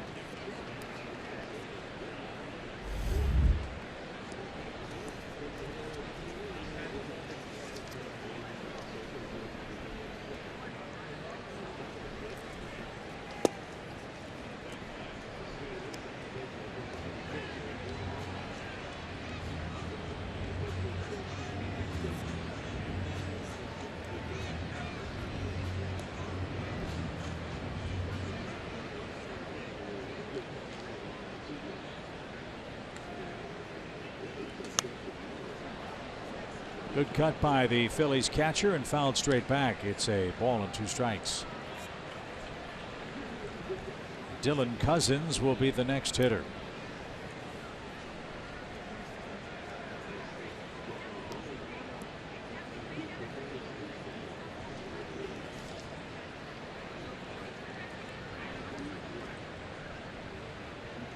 The 1-2 is out of play again.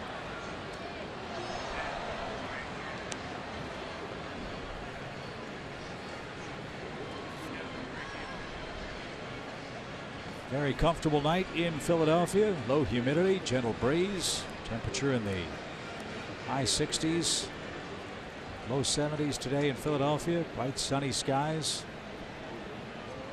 Yeah, I woke up this morning, I thought it was going to rain all day. Swing and a miss. Strikeout of Knapp is Fultonevich's 8th of the day. Really took a lot off this breaking ball.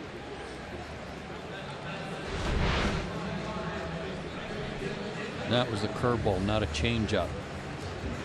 And put it in a perfect spot. So here's our first look at Dylan Cousins. We've heard a lot about this kid in the minor leagues. He and Hoskins were big time power hitters a couple of years ago at Reading. Dylan Cousins at AA in 2016 hit 40 homers, drove in 125 runs, and hit 276. The bad news is he also struck out 186 times, and that has carried over in his early days as a big league hitter. Cousins, with 33 at bats, has struck out 20 times.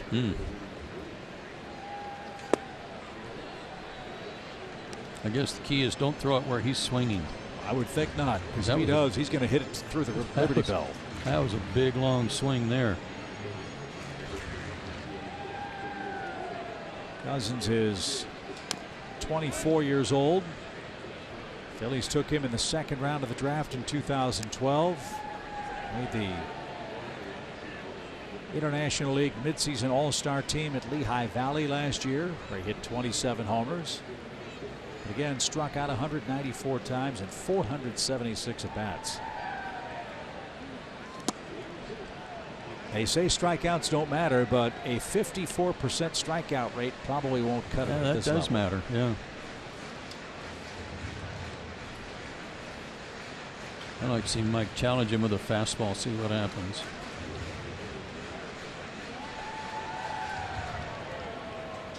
Nine up, 9 down to start his game tonight. 7 strikeouts. Mike's been very good. Set down the first 9 in order.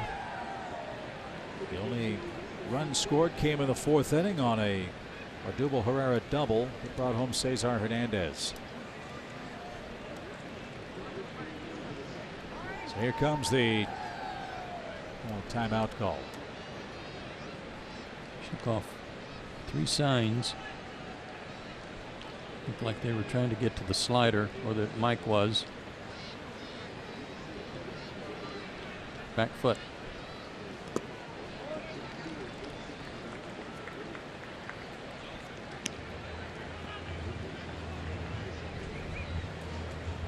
Cousins started in left field for the Phillies out in Colorado 2 days ago.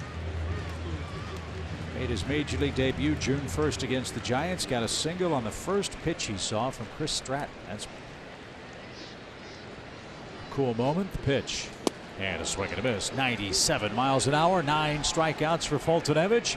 Cousins swings and misses. And we head to the 6th with Atlanta in command of game 1.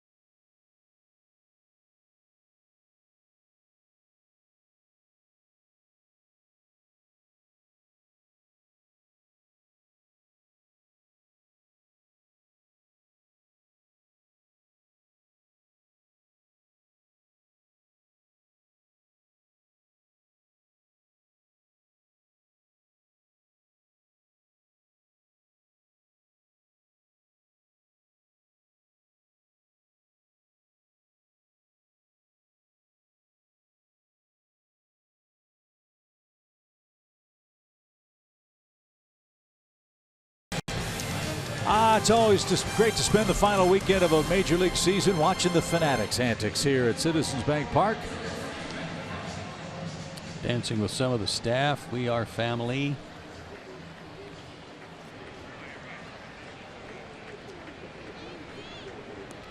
And a lot of his mascot friends. Yes.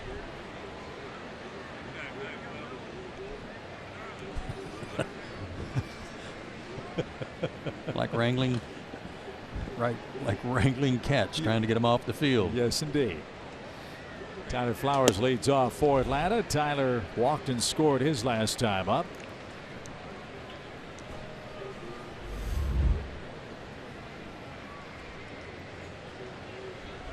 Braves 4, Phillies 1, game 1. Atlanta trying to win their 12th head-to-head against the Phillies this year, as this one skied towards center.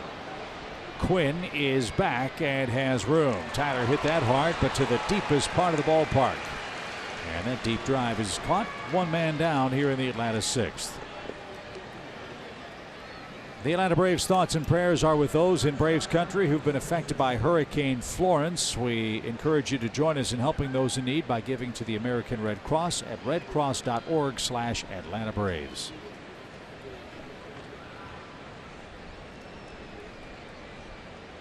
Charlie Culberson has a 2 RBI night. He singled home a pair his last time up.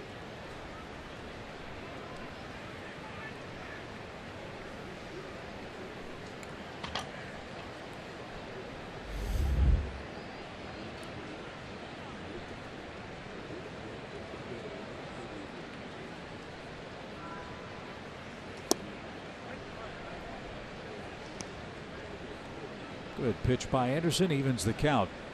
A ball and a strike. Pretty nice crowd here tonight, considering the Phillies standing in the Eastern Division race. Braves always draw well here in Philadelphia, but a comfortable night on this Friday evening.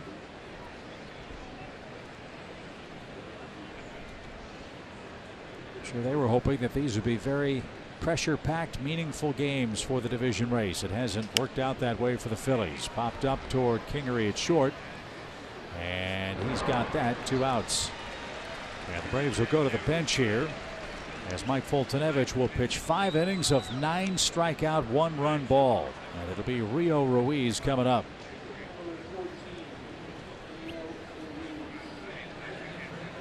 Great tune-up for him. Tehran last night, 6 innings of 1-run ball. Newcomb, 5 innings of 1-hit shutout ball.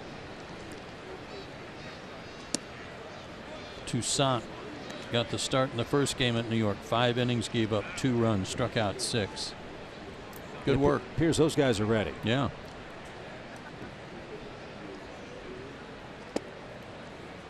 So Rio gets a pinch hitting assignment here in the 6th inning with 2 outs.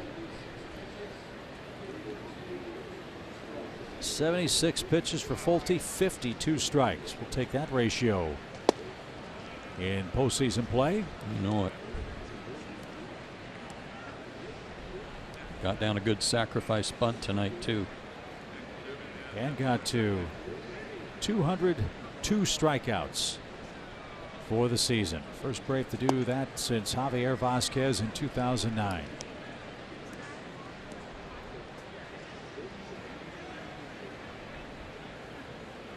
So he's in line for win number 13.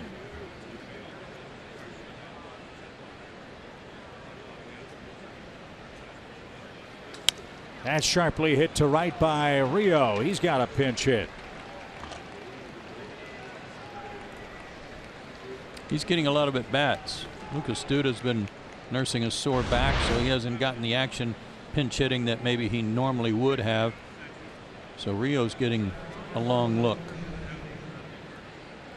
And he's been robbed a couple of times in some of his other pinch hit appearances.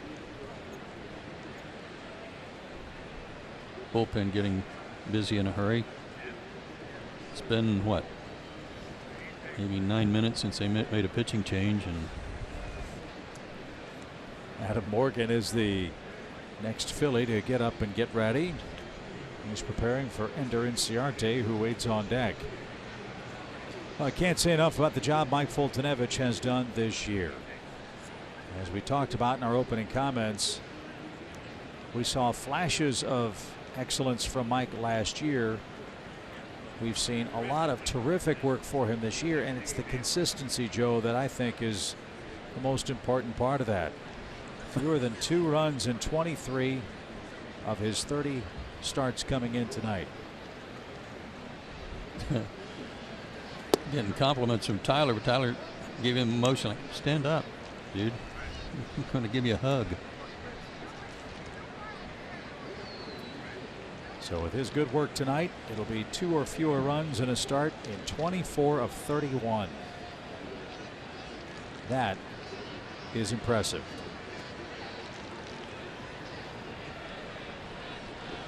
No balls and a strike for Ronald. Quick meeting with Rick Kranitz and Drew Anderson. And a broken bat grounder toward Kingery. He'll backhand and fire high to first, but Bohr stretches out. And that is that for Atlanta in the 6th inning.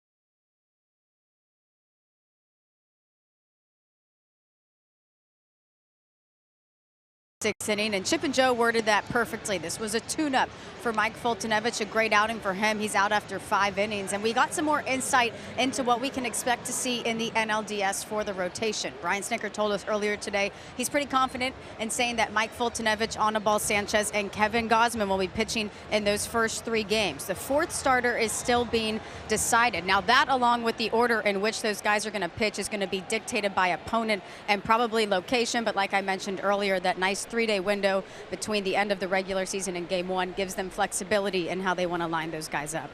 Good point, Kelsey. So it was a great tune-up for Fultonevich. Jesse Biddle, a former Philly, will be the second Atlanta hurler as he starts the 6th inning. Roman Quinn thought about a bunt, popped it away, and he's down a strike.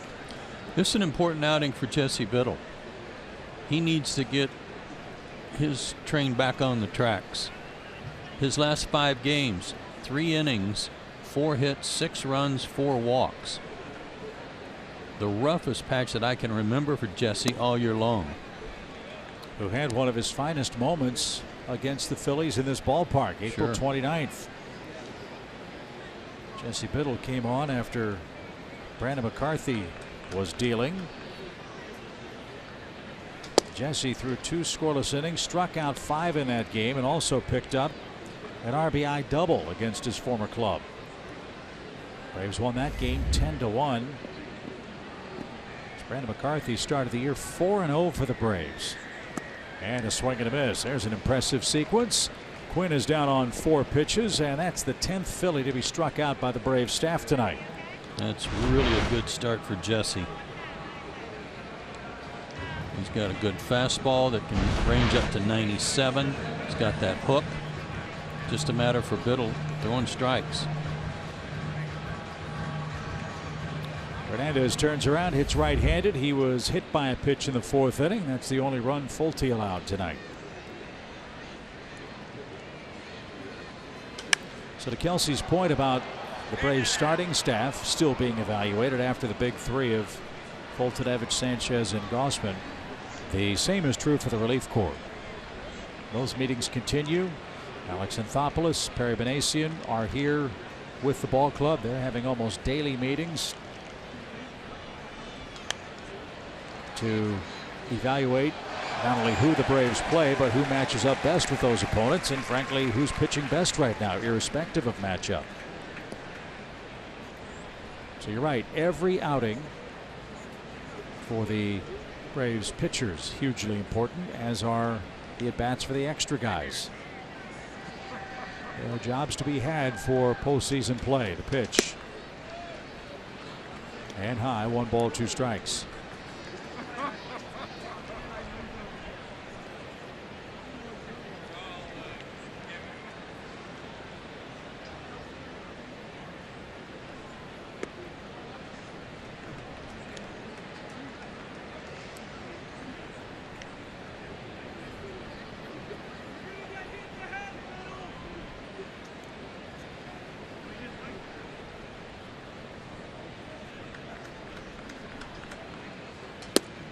Didn't get it. Full count.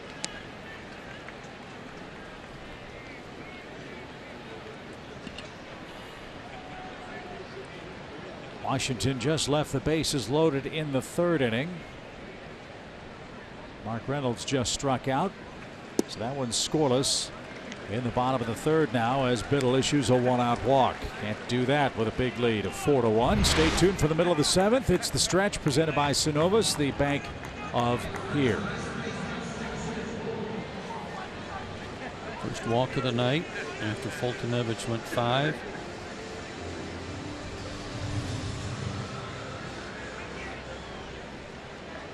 .60 walks by the Braves relief corps in September, which has boasted a gaudy 5.16 ERA.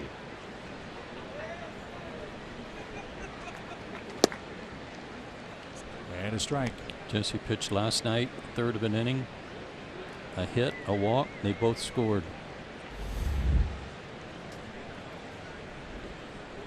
Bohr has struck out and flied out. This is a microscope on this at bat for Biddle against left-handed hitters who have given him more trouble than right-handers. Little tapper. Freddie's going to take that, and he's going to apply the tag. And moving up to second on the infield roller is Hernandez, 2 away. That was a good sign. And here's Jose Bautista, the former Brave.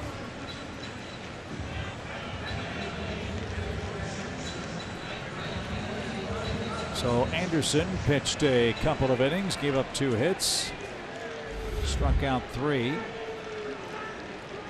no walks and no runs.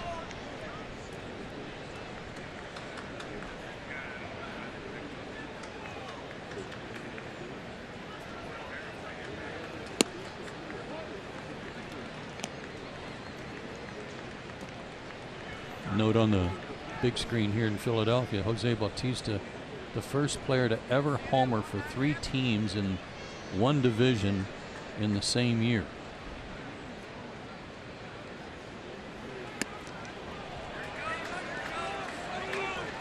That one out of reach of Tyler Flowers, and Hernandez moves to third.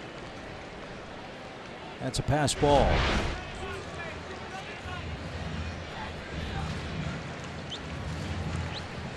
13th pass ball of the year for the Braves.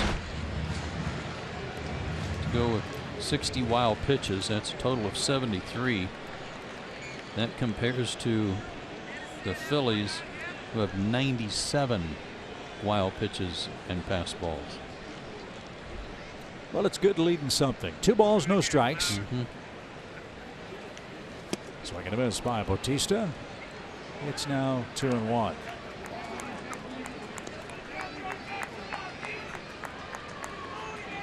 So the Braves have 3 games to clean a few things up.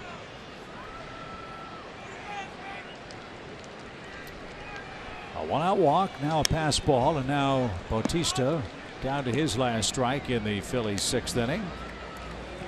In the 7th, Inciarte, Freeman, and Markakis are coming up. Braves lead at 4-1. Phillies have 1 run on 1 hit after scoring 7 runs in 4 games in Denver. They lost all 8 games on their road trip, which was nearly historic for them. Last time the Phillies had a road trip of 0-8 or worse, you have to go back to 1883 when they went 0-9. That was probably to Hartford, Louisville, and Pittsburgh. Yikes. 3 balls, 2 strikes. The pitch is hammered foul.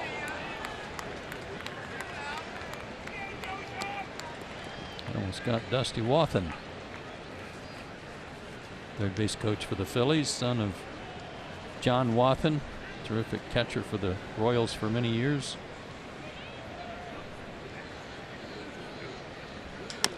High hopper, Camargo got it, made the play, and threw to first in time.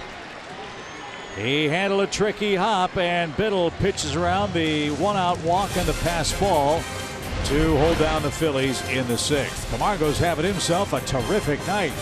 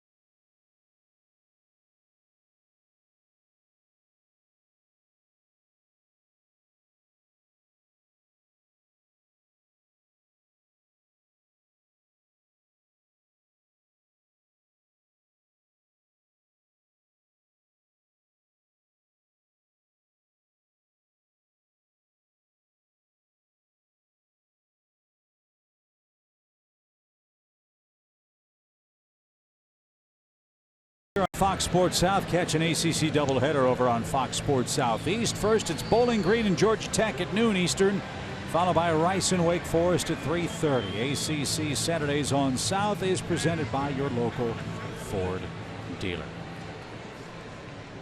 4-1 Atlanta. The Braves about hit the Phillies 9-1. And to the bullpen again goes Gabe Kapler. It's Adam Morgan who's been busy. Number 66 in the appearance column for the left-hander. He's got a good arm. Throws hard. Out of Kell High School in Marietta. Has been a starter for the Phillies in the past, but now kind of their #1 lefty reliever. Mid-90s fastball, slider, changeup. And that's hammered into center field. Another hit by Ender against a lefty. Cousins got to it quickly, and a good start for the Braves here in the 7th. That's 10 Atlanta hits. And the first for Ender tonight.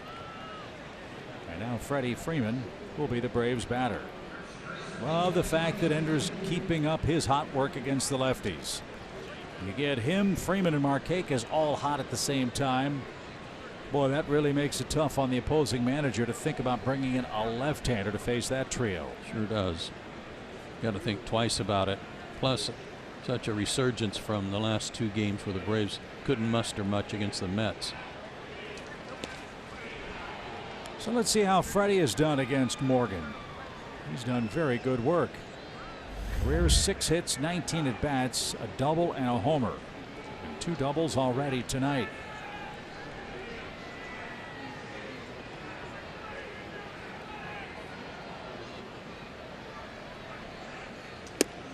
That buzzed the tower. 1 ball, no strikes.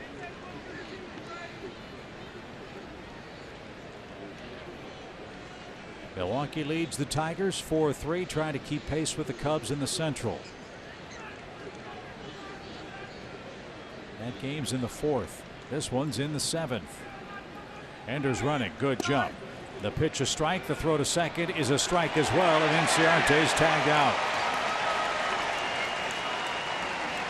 Knapp with a good throw. Kingery the tag. No argument from Ender, who's thrown out. And that's the first out of the inning.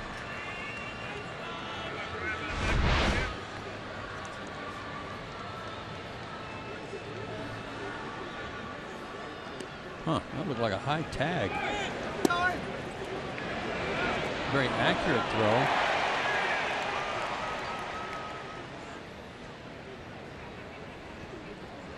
I don't know about that one, but no challenge.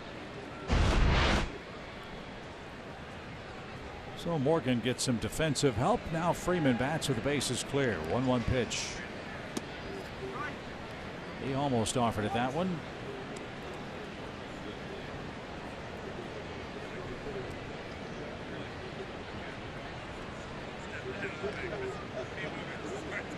The Rockies have scored in the 3rd inning. They lead Washington 1-0. As that's down and in. Rockies have never won the National League's Western Division. They are trying to hold off the Dodgers. They lead LA by a game. Rockies are smoking hot. They've won 7 straight games. Isn't it amazing they didn't win that one year? They call it Rocktober. They won about 20 out of 22 games. And never made an error. Yeah. They just had an unbelievable run for Clint Hurdle. So they are getting hot at the right time. And they lead Joe Ross in Washington 1-0. Bottom 3 at Coors Field. Freddie's aboard for the 3rd time tonight. That's the 2nd walk issued by the Phillies staff in this game. Let's get Nick off this 0 for 10. Yeah. Get him going back in the right direction.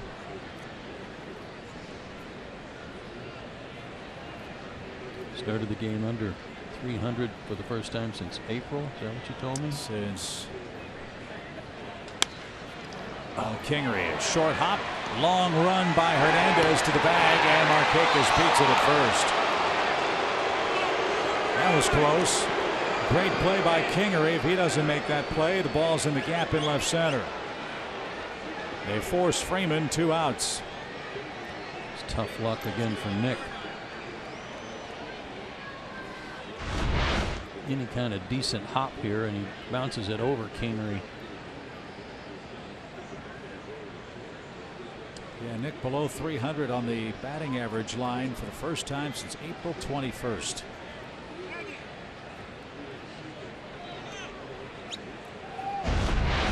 And the Phillies are going to take a look.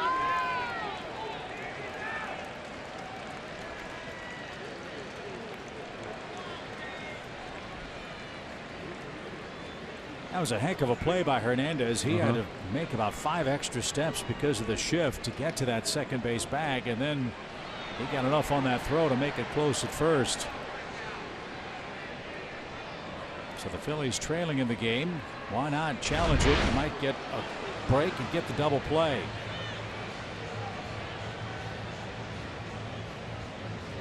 The call on the field was safe. The question is there enough evidence to overturn it?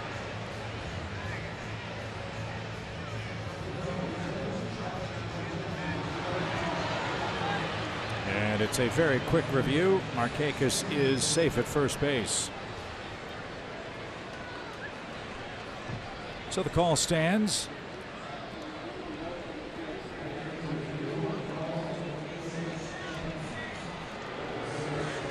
And the Phillies have used their lone challenge.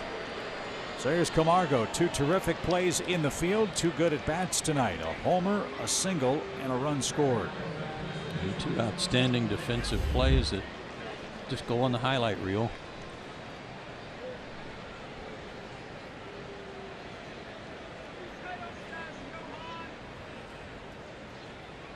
I don't know if we talk about Johan enough and the role he has played in the Braves climb back into first place. Remember, he started the year hurt.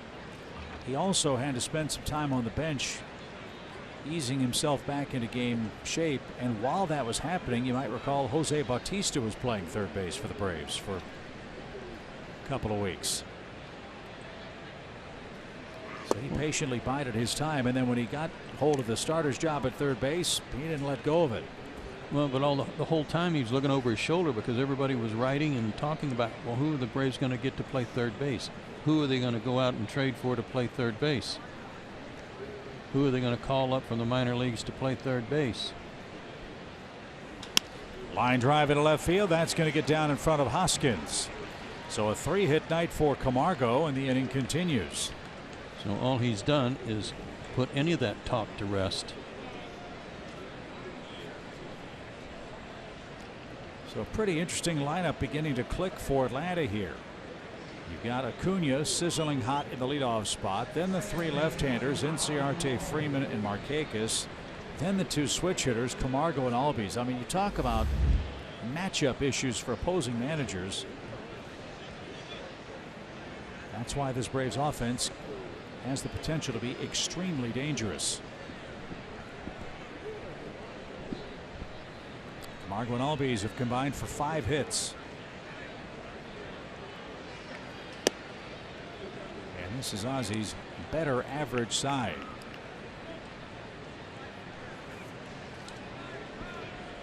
As a left-hand hitter, he's batting .232. 4th at bat tonight without swinging at the first pitch. And as a righty, hitting .339. That one's launched foul into the first row of seats. 1 ball, 1 strike.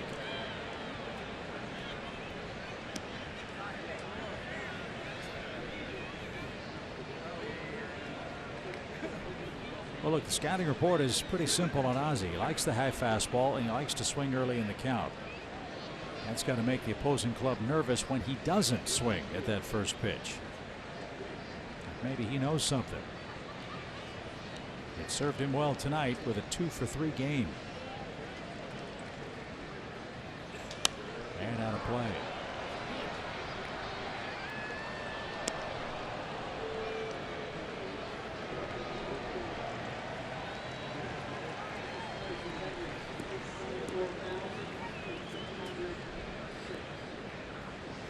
$24,306 tonight in Philly.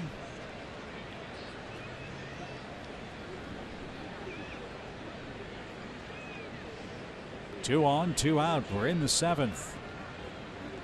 Adam Morgan, the 4th Philly relief pitcher. The pitch. He is hit toward the hole. Kingery backhand stab. Quick release. Throw to first. Ball dropped. Runner coming home. Markakis is going to score, and heading to third is Camargo. Kingery had to hurry his throw. He made a low one. Bohr couldn't dig it out, and the Braves get a run as a result. Ozzie ran a long way down past first base.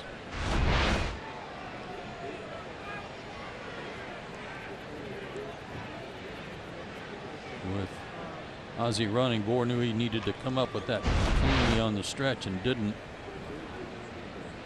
I was just keeping an eye on Ozzie to see if he was okay after running that far down the line to slow down. I wonder if the ball hit him. Could have. Maybe hit him on the ankle, and that's what caused him some discomfort. So it's an E6, no RBI. Markakis scores to extend the lead to 5-1. And again, defensively, the Phillies have really shot themselves in the foot a lot. One of the worst defensive teams in baseball. The Phillies have made 122 errors this year. It's cost him 63 unearned runs now. Boy, he's had a lot.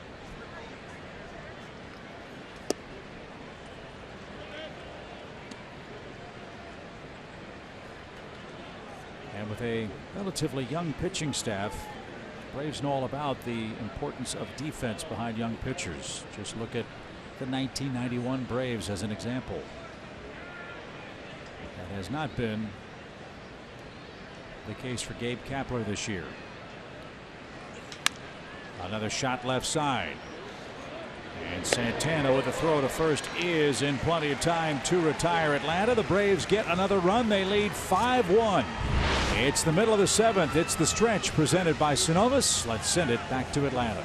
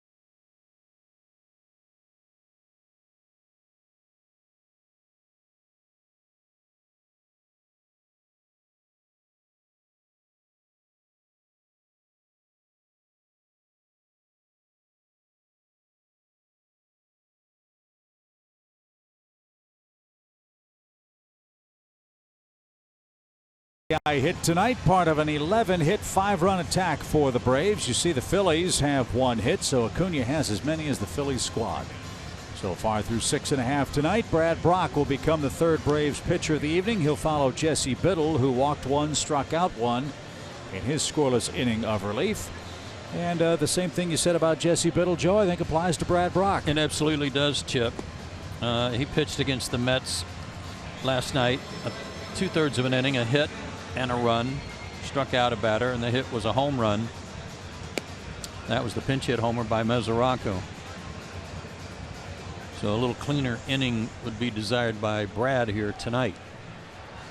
And he'll have the 4, 5, and 6 hitters coming up for Philadelphia: Hoskins, Santana, and Kingery.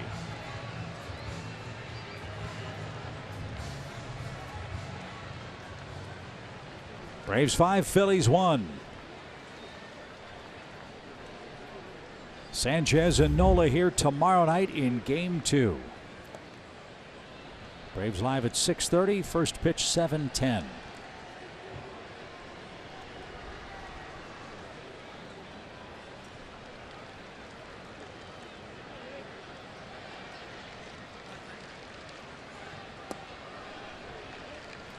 We were talking on our bus ride up from New York about the Braves relief corps, and one stat in particular that jumped out to you. It's not just the walks, but it's that first batter faced statistic.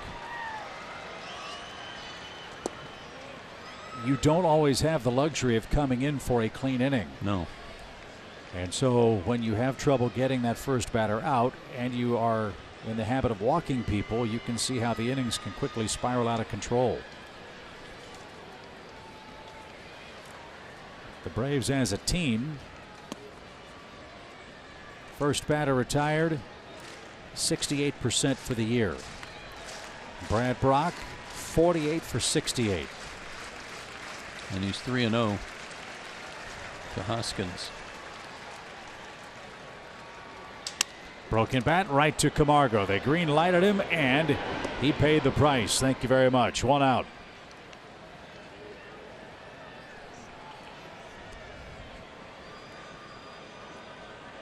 So Hoskins 0 for 3. Here's Santana. He's struck out and bounced out to Freddie Freeman.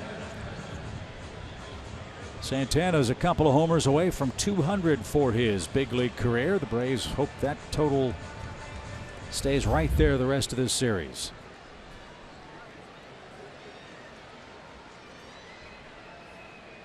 And the Phillies got him to play first base because they wanted to upgrade their play there defensively. They had Tommy Joseph, a former catcher, playing first base a lot last year. And they like Santana's on base percentage, ability to switch hit, good glove at first. But that means Hoskins has had to play the outfield, and he's not the fleetest of foot. He could play left field here like Pat Burrell did, but in the bigger ballparks sometimes Hoskins got exposed in the outfield. So his best spot might be the place that Santana occupies, and they just signed him to a 3-year deal. He, of course, being Santana for about $20 million per. Right.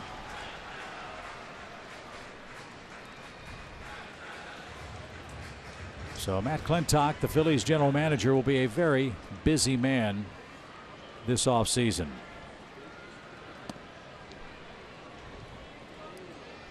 Ball 2, strike 2 to Santana.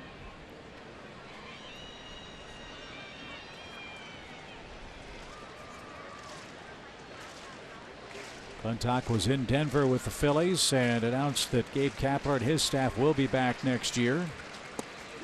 As that's called strike 3, a breaking ball froze Santana, 2 outs. If you can't get enough Braves baseball, a 2019 A-List membership is perfect for you. With an A-List membership, you'll get discounts on food, beverage, merchandise, and parking, access to Braves events, and so much more at SunTrust Park. Get all the details at braves.com/A-List.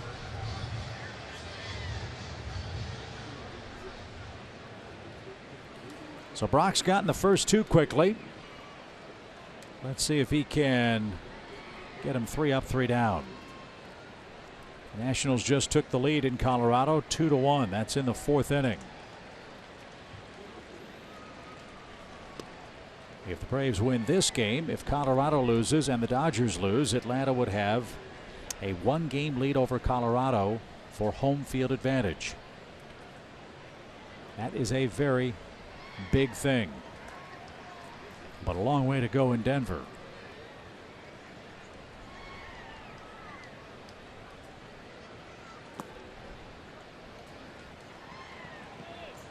Kyle Freeland, who's been so good at Coors Field, has thrown 71 pitches, and he's not through the 4th inning yet. Had a lot of trouble tonight.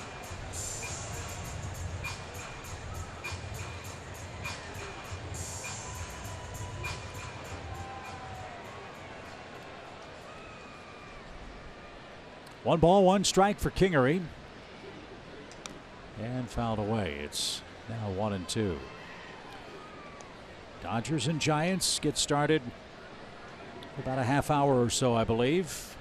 Bumgarner and Ryu at AT&T Park. You know the Giants can't wait to try to wreck the Dodgers' playoff hopes. Bumgarner has 15 career wins against the Dodgers. That's more than any other big league club. The pitch. Foul back. I read one story today that almost going back in time with the World Series, that he might start tonight and come back and pitch in relief on Sunday. Oh, wouldn't that be great? That would be so awesome. Braves fans would love that. But Hyun-Jin Ryu, back-to-back shutouts in rotation for LA, a tough opponent, and facing a Giant club that doesn't score many runs, and has lost 6 of 7 games.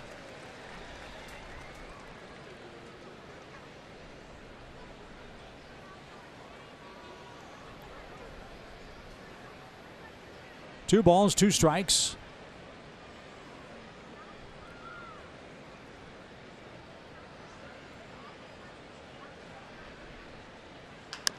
Little chopper. Camargo gets a much friendlier hop and a perfect throw. Brad Brock, a 1-2-3 inning. He needed that. On we go to the 8th. Braves in command of game 1. Atlanta Braves baseball is sponsored by your local Ford dealer, the Georgia Lottery, and by Synovus, the Bank of Here.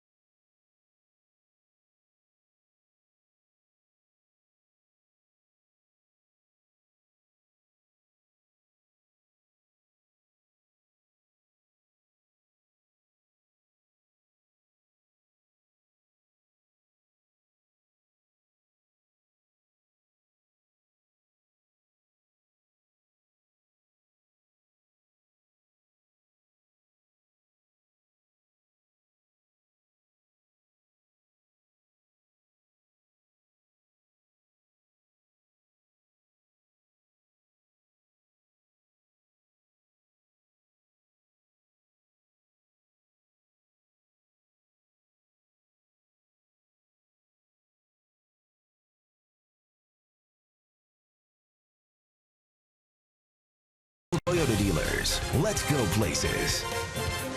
And by SunTrust, confidence starts here.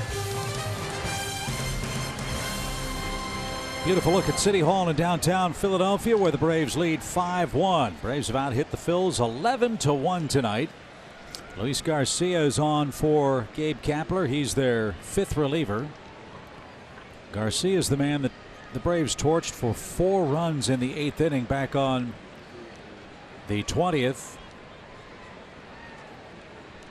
SunTrust Park, not one of his favorite parks. No. He's struggled there. That was a game that Rhys Hoskins said was the most important game of the year, and the Braves, in a 3-3 game after 3, broke the tie in the 7th, got 4 in the 8th, and 1 going away, 8-3. Jesse Biddle got the win for the Braves back at home in that one.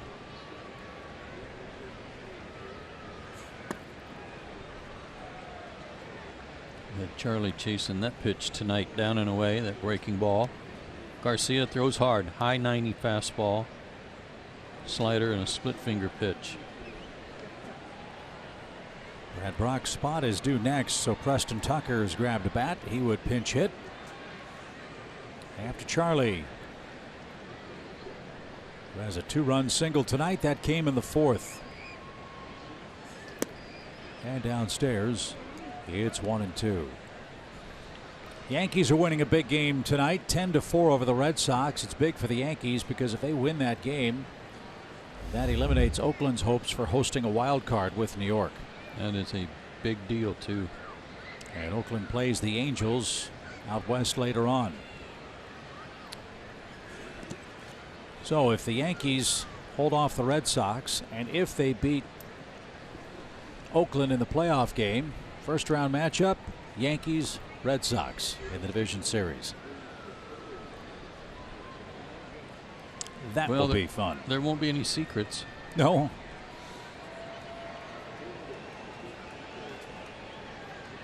No, there won't be. That'll be some kind of 5-game series. 2 balls, 2 strikes. And right there, strike 3 called. That's 12 Braves who've been struck out of the game. The first 4 Garcia, and 1 out. Hope you'll join us at SunTrust Park for the first ever college football game to be played there. It's Saturday, November 17th. Kennesaw State takes on Jacksonville State. Go to Braves.com/KSU for all the ticket details.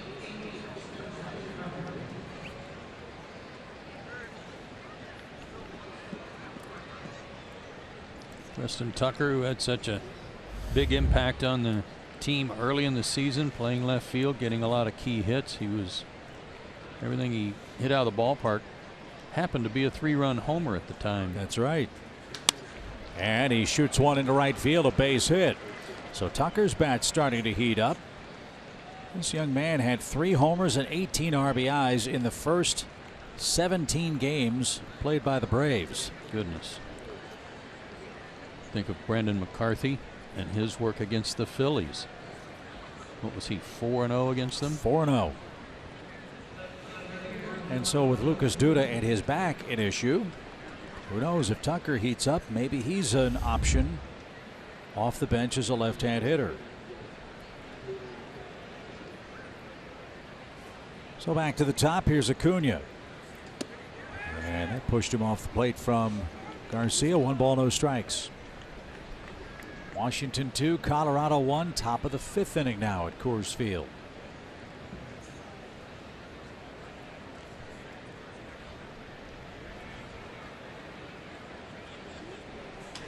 Up the middle, and Kingery dives, can't get it. Tucker around the second base bag will stop there as Quinn fielded cleanly.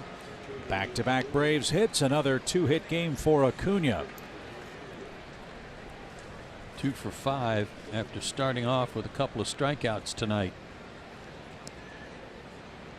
Now his multi-hit game level's going up and up, isn't it? 35. Yeah, that's a bunch.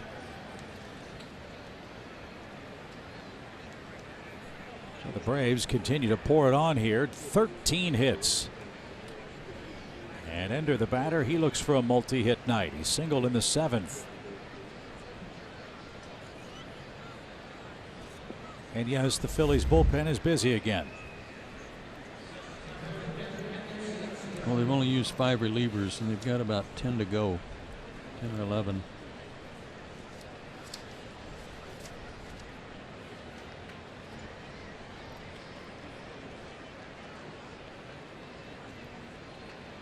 Ender has 18 hits in his last 13 games. Right now, lefties, righties, it doesn't matter. He's locked in. If you work in the Phillies bullpen right now and they go through like 9 or 10 relievers, and you haven't even gotten up yet, you might get a complex about that. Is the manager mad at me? What's wrong with me? What about me? Is that phone call for me? No balls and a strike. That's been a big subject of discussion as Tucker read that ball in the dirt beautifully and moves up to third. Baseball is the only sport where the roster changes so dramatically and you play under a different set of roster rules when the games are most important in September. You play with a 25-man roster all year, 26 of course if you have a doubleheader. But you can expand up to 40 men down the stretch and the drive for postseason play. There's been so much talk about the so-called abuse of that, in that there are so many teams in the mid to upper 30s, and in the case of the Phillies, 40 players on the roster. It's the age-old saying, if those guys are available, a manager's going to find a way to use them.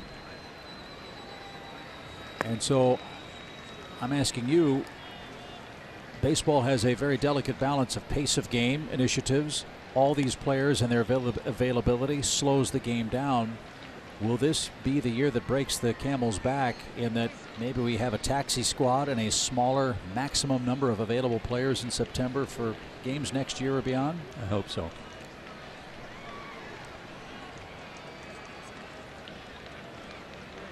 I think there's been so much made about it this year in particular with teams like the Phillies who have maxed out on their rosters that everybody thinks in a way they've made a mockery of the rule.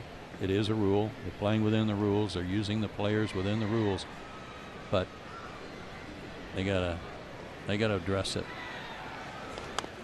And that's fouled away by Ender. 2 balls, 2 strikes. I'm not exactly sure what the roster for an NHL club is, but I know that they have what are called healthy scratches. Those players are on the roster. But in the case of a long reliever who pitches 2 innings or 3 innings on Monday, you're not going to use him Tuesday or Wednesday, so he's still with your club. He just isn't going to pitch and isn't active for those 2 games while still at the major league level. The pitch is smoked into right field. A 2-hit game for Ender. That will bring home Tucker. Acuna stops at second, and the Braves continue to pour it on in Philly. It's 6-1. Good job there by Ender on what looked like maybe a hanging slider. 61st RBI. Watch him throw the top hand on this pitch. Really helped get the barrel of the bat through there and hook it. Nice job. So 2 more hits for Ender. That gives him 157 hits for the year. That's 4th most on the team. And 2 are on, 1 out. 6-1 Braves have the lead. Freddie a couple of doubles. And he ropes one down the line. That's curling toward the corner. That'll drop in safely. Acuna scores. Here comes Ender around third. He's going to get the green light. Freddie with 3 doubles. Now with 2 RBIs. And the Braves continue to punish Luis Garcia. It's 8-1.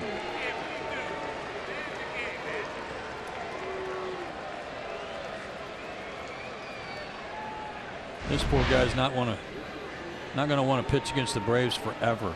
They're just wearing him out. Love seeing Freddie take one the other way. And with 2 fast guys aboard, that was an easy 2 RBIs. 3 doubles. Nice. And here comes Gabe Kapler again.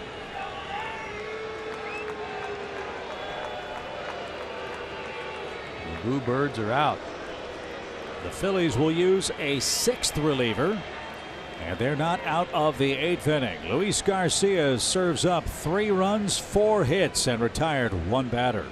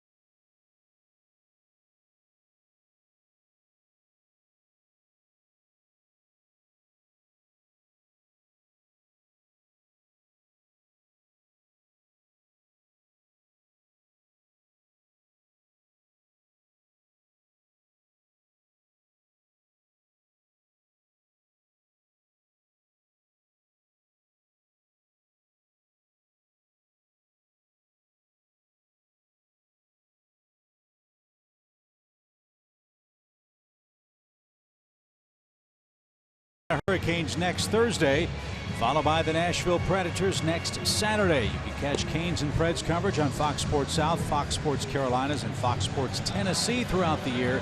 Territorial restrictions apply. Your fall lineup is presented by Landmark. This is Austin Davis, the 6th Phillies reliever to pitch tonight. They're not through the 8th inning of Game 1 yet.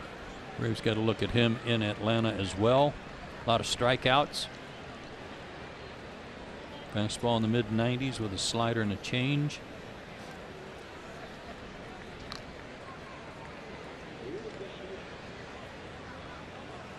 Nick Markakis 0 for 4, scored a run back in the 7th inning. And Davis delivers a called strike. Colorado's up in the bottom of the 5th inning, trailing the Nationals 2-1 in Game 1 of that critical series at Coors Field.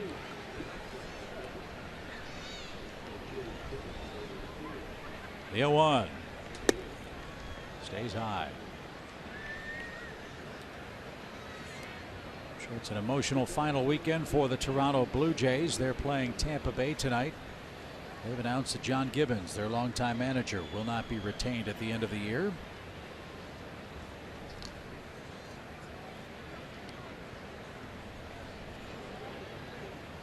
Jeff Bannister of the Texas Rangers also was let go with about 10-11 days left in the season. So there'll be 2 managerial openings in the American League.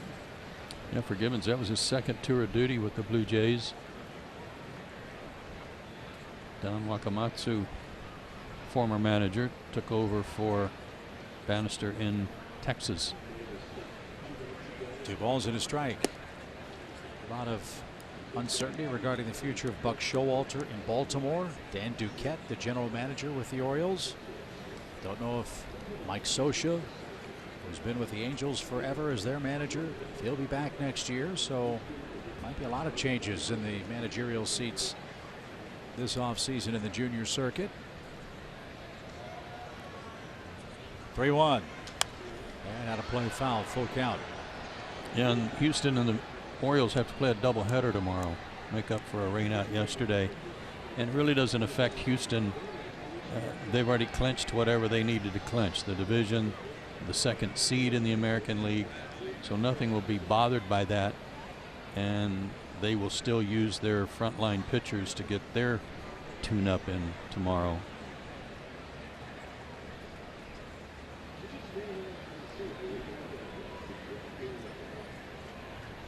Houston won 2-1 over the Orioles earlier. Here it's 8-1 Braves. The pitch. Good battle for Markakis now. Milwaukee 5-3 over the Tigers in the 5th. Detroit scored 3 first-inning runs. The Brewers came storming back. Yelich and Braun hit home runs to get it tied. Craig Counsell did a heck of a job with that Milwaukee team this year. Sure did. They still might catch the Cubs. If they don't, they're still going to the playoffs. The pitch. Line drive toward Quinn. That's curling away from him. He makes a nice running catch on a sinking fly ball. And Nick Markakis retired, and 2 are out in the inning. Johan Camargo, the batter, he got the Braves offense going in the 4th. Here's a look at his blast on StatCast AI, powered by AWS. Right in the front row, 344 feet.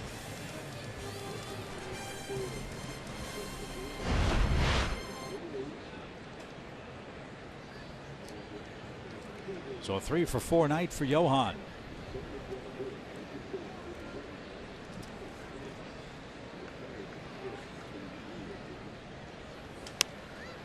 We've been bragging on his defense all year long. We've been bragging on the Braves team defense all year long. Take a look at this. This year, 78 errors. That's the 4th fewest in the National League. Compared to last year, they had the 5th most, 97 errors. Everybody has improved. Everybody has worked hard on a daily basis among the infielders with Ron Washington. I think that's paid off in spades. These guys have played brilliantly, and Ron should get a lot of high fives for that. Yeah, I can't tell you how many times I've been sitting in the Braves dugout before a game and a player will come by and say, "Have you seen Wash?"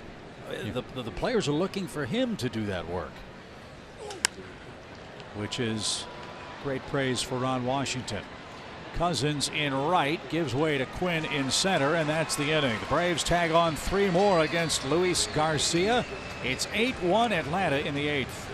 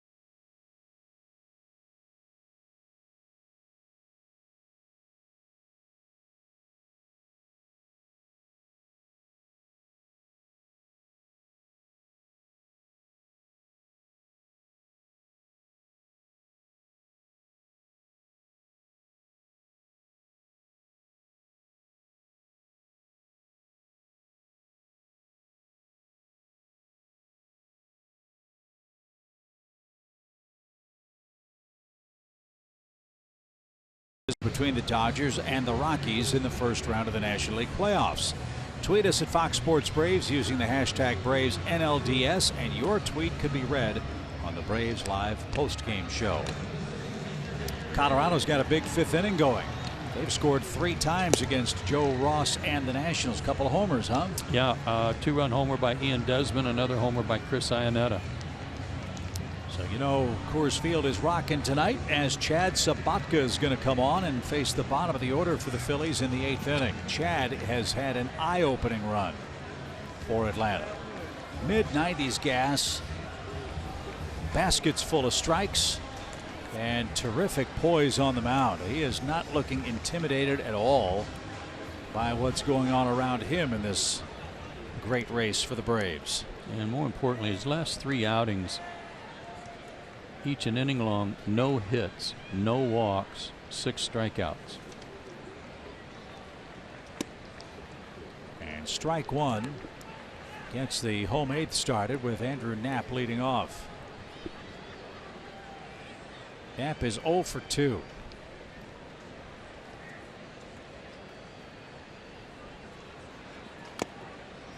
Mike Foltynewicz was the Braves starter. 5 brilliant innings. He struck out 7 of the first 9 hitters he faced. He reached the 202 strikeout plateau. First Brave to get to 200 strikeouts since Javier Vazquez.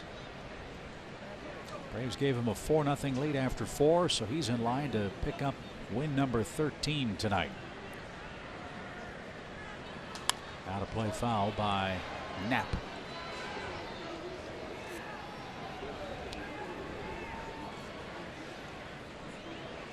One of the things baseball did either last year or the year before was the last day of the season, all the games start at exactly the same time. 3 o'clock here on the East Coast, so that would be noon on the West Coast, so that teams on the West Coast wouldn't have a decided advantage. Nice pitch there from Chad for another strikeout. In case there was a close race and one team somehow got eliminated on the East Coast, the West Coast team didn't have the luxury of pulling their pitcher and saving him for a postseason appearance. Smart play, I think. Yeah, I thought it was very good from a competitive balance standpoint to do that. Here's Cousins. He struck out his first and only time up tonight.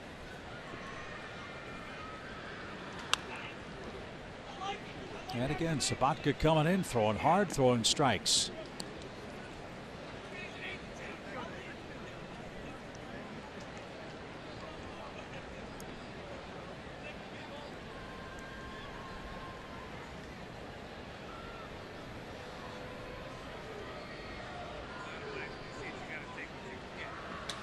There's a shot down the right field line. That's headed for the corner. And Cousins chugging for two. He's thinking about taking the turn, but he's going to stop, and wisely so.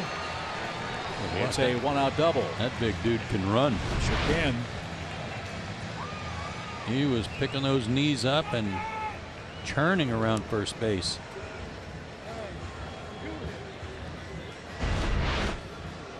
So that is only the second Phillies hit of the game. They've both been doubles. This one comes with one out in the 8th inning, and Roman Quinn's the batter. He has struck out twice.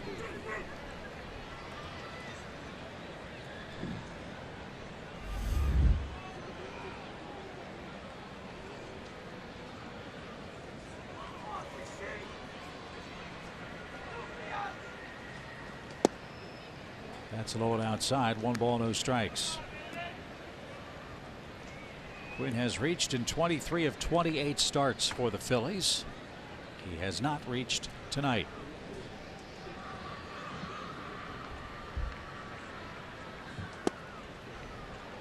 .98 miles an hour.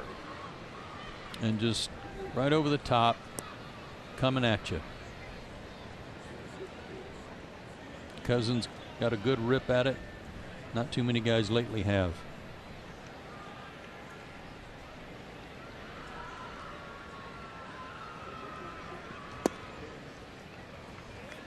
Braves sitting on 89 wins.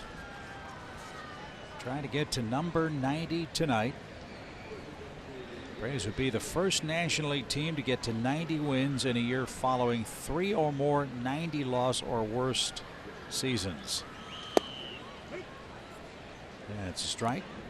The last team to do what the 2018 Braves are trying to accomplish, that magical 1991 Braves club that went worst to first.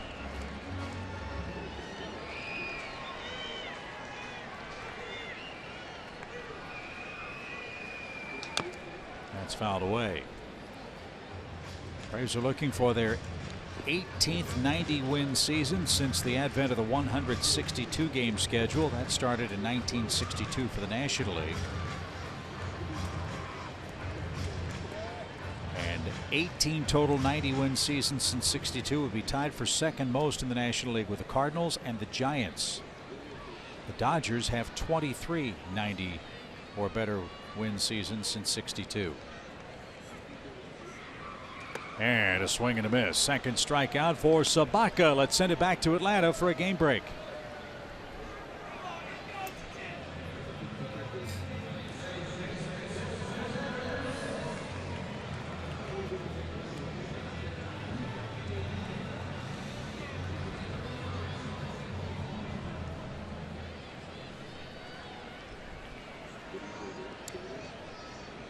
It is Coors Field, and they get to hit last. And they are hitting everybody. Are the Red Hot Rockies.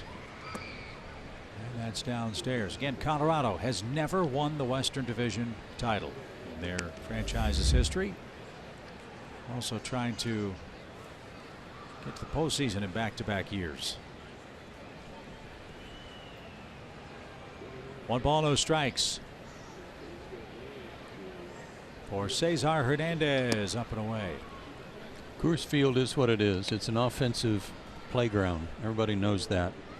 But you don't want to open up a division series there because the Rockies are more acclimated playing there. They know how to play there. They know how to adjust to playing there, whether they're behind or ahead. But it's just, if the Braves do play Colorado, it would be a huge advantage to open at home.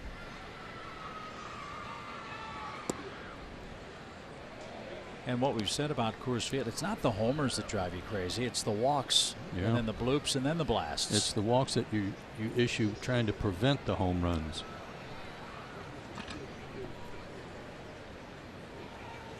So a 3-0 count. And he guides that one over for a strike. 3-1 now.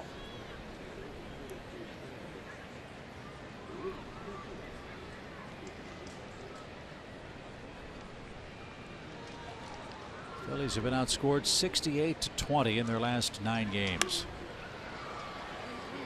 Yeah, that drop record-wise, run differential and all that since August 15th, whatever that date is. Right. I haven't heard of too many collapses like that in recent years. Well, Mark Bowman, the great writer for MLB.com, had an eye-popping stat about the Phillies. First pitch out of play. We know how rough a year it's been for the Orioles, right? They're 46-112. Since August the 8th, the Phillies have played to 1.5 games better than the Orioles over that same stretch. Goodness. And this was a team that was in first place. The Orioles weren't. And a breaking ball stayed high. It's a 2-out walk from Sabatka. And Justin Bour will be the hitter with 2 on and 2 out. Bour's 0 for 3.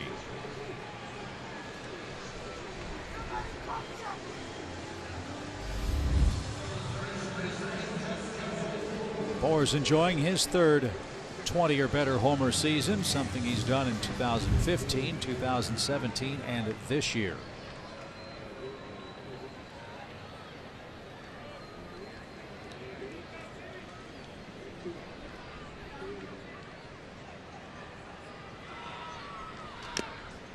And fouled away, strike 1. They've got some big old boys on their club right now between Bour, Cousins, Hoskins, Santana, Alfaro. They got some big uns. 0-1 for Bour. And inside. Come on, Chad, you got a 7-run lead. Yeah, that's why I didn't like the 3-2 breaking ball. Got a big lead. Show that 97 gas and keep throwing it at Hernandez until you win.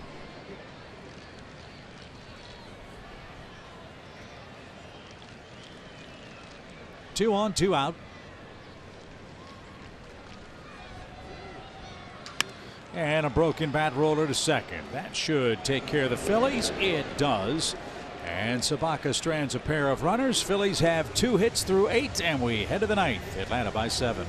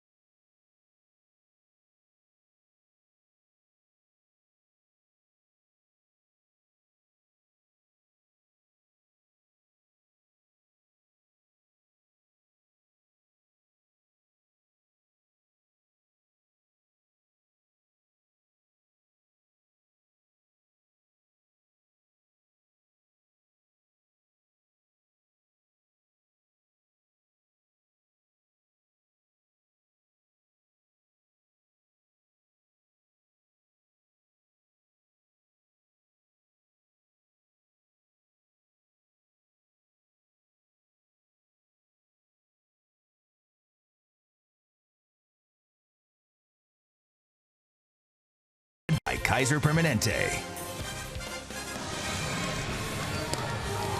One of the unmistakable landmarks of Philadelphia, Pat's Steaks. Cheesesteak heaven. Yeah, if I got pressed into making a call on one of the There, Geno's. I think I go Pats. Pats? Yep. Do you like your cheesesteak a certain way? I'm real basic. Cheesesteak, mustard, little onion, that's it. Meat, cheese, and bread, and a little mustard? Yeah, that's it. Pretty simple. That's pretty good. They're awesome. Our pal Jeff Francoeur has already told us he's going to have one a day while he's here. Well, down in the clubhouse, my goodness.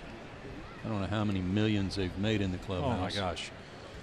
Yeah, Kevin Steinauer in the visitors clubhouse. I think the Braves still hold, and Kelsey might be able to help us on that. I think the Braves still hold the team record for a 3-game series for most cheesesteaks. I know they did for a long time.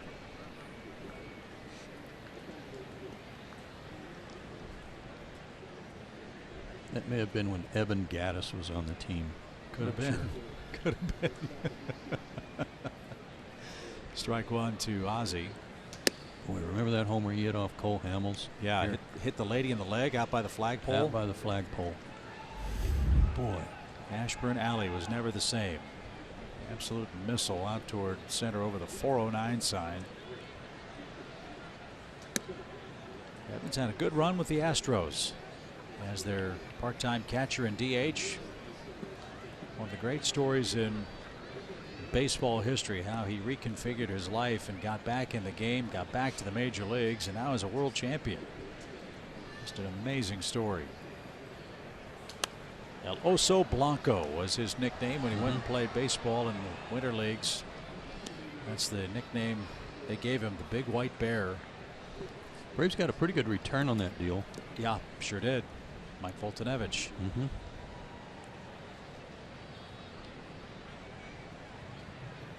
Good trade for both teams. Those are the best kind. Pop fly foul by Ozzie, out of play. I said earlier tonight that I wondered if Preston Tucker would be eligible for postseason consideration for the Braves. Remember, they acquired him after September 1. He was on the roster, and there was part of the deal that brought Adam Duvall back to Atlanta. So I may have erred in that. But the reason I mentioned that was as if that ball's lined to left. If Lucas Duda can't play and Tucker is in your system, could he replace someone injured on a playoff roster? I'm not familiar completely with that rule, so if I misspoke, it's my apology. And we'll try to find that out here before we leave Philadelphia. It's somewhat complicated about whomever is in your system is always eligible for postseason in case of an injury. But when you got a guy, and that sort of stuff can be yay or nay. There's a fly ball to left. That's going to get down and get past Hoskins, who made a great diving try. Tyler Flowers drives that ball to left, and he's got his first hit. He stands at second with a 1-out double. Braves have 16 hits now.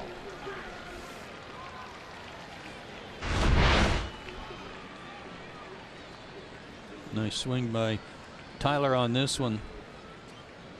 His 9th double. He's got 8 homers. He has an on-base percentage coming into the game tonight of .340, which is excellent. He's walked a ton.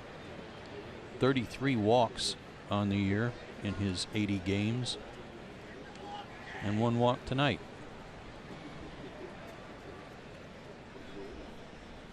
So a great offensive night for the Braves from top to bottom, including Charlie Culberson, who's knocked in a couple of runs with a 4th inning single. Yeah, to snap them out of the offensive doldrums they were in New York the last 2 games there. One of those was the DeGrom doldrums. That seemed to happen about 31 times this year, didn't it? And it was all over the country. It was just spreading. No balls and a strike.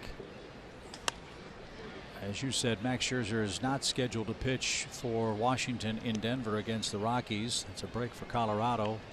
And I wonder if that's kind of a tip of the cap to Jacob DeGrom. Could be. I mean, after DeGrom's start against the Braves, in my view, he kind of wrapped it up in terms of Cy Young. Scherzer got his 300th strikeout his last time out. a great milestone for him, and he was scheduled to pitch Sunday. They've just decided to scratch him.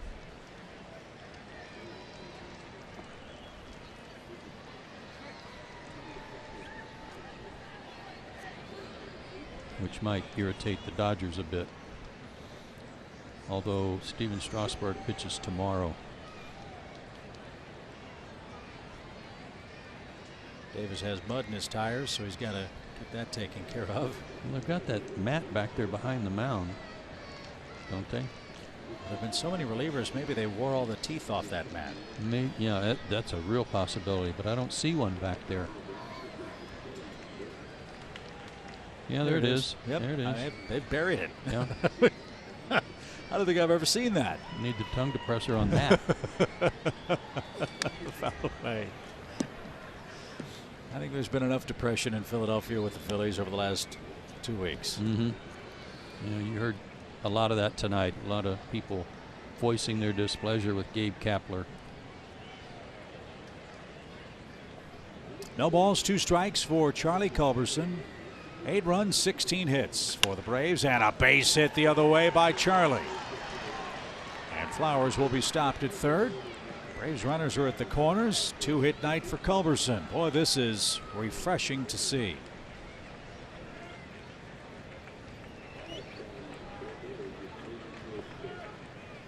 And now Lane Adams will come on.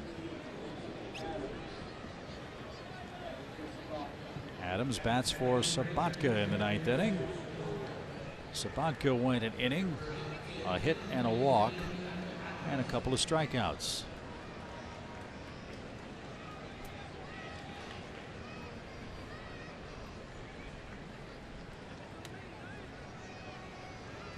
This guy is getting strong consideration for the postseason roster for some different reasons. One, he can pinch hit, and he might run into one and hit one a mile. 2, he's got great speed, an excellent weapon that you need in the postseason for a pinch runner in key situations. And 3, he's a good defender. If you need him pressed into service to play the outfield, he can do that, and he's a very good outfielder and go get him. 1 ball, 1 strike. And way outside, ball 2.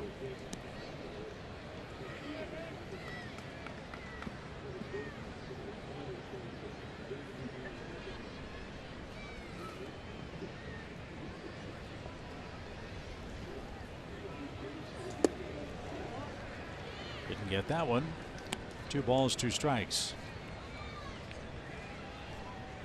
Lives in Red Oak, Oklahoma. Born in Tallahena.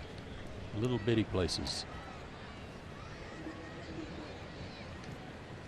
I remember Lane hit a home run against the Phillies and Aaron Nola on September 23rd. That's the day after the Braves clinched the division. Also doubled in that game, so he drove in both Braves runs against Nola. His 2nd home run of the year, his first also against the Phillies, and Pedro Florimon, a position player who had to pitch. And he's down on strikes. And that's the 2nd out of the 9th inning. Delta Sky 360 Club memberships are on sale for 2019. Great seats. They're padded. They're field level. They're behind home plate, and they're great. Complimentary in-seat food and beverage, VIP parking. It's the perfect way to entertain clients and prospects. And for a full list of Delta Sky 360 Club benefits, head to Braves.com/premium. And speaking of Delta, hope our pal Mac Honey's doing well tonight. Well, Mac's fired up about the Braves winning the East. Mac, our longtime Delta Airlines flight rep, who's been going through a tough time. And Mac, hope you're feeling better. Know you're home and doing good. Can't wait to see you at the ballpark.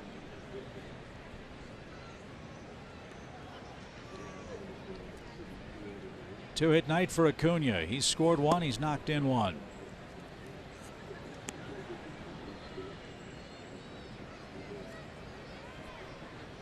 Sixth at bat of the night.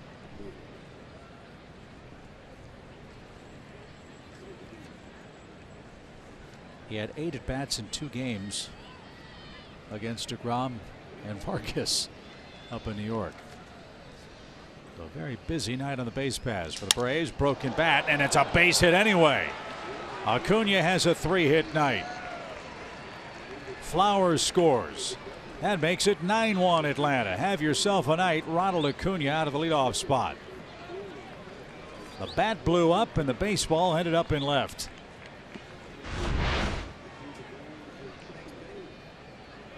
And that was getting sawed off. It really went off the end of the bat, but that snapped right above the handle.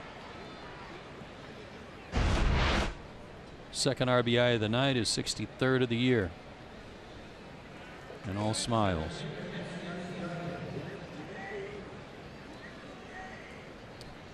So 9 runs on 18 hits for Atlanta tonight. Braves have 6 hitters with 2 or more hits in this game. That's great. I think the only guy with an offer is Markakis.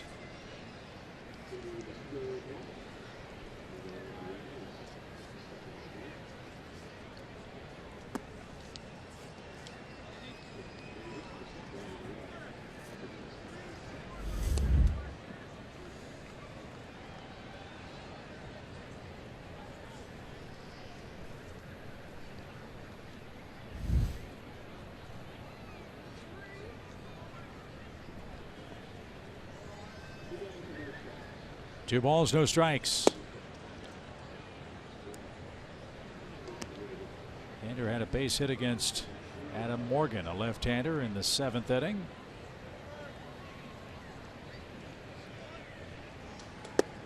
And ball 4 to him. Braves season high in hits for a single game is 19. And Gabe Kapler will have to go to his bullpen yet again.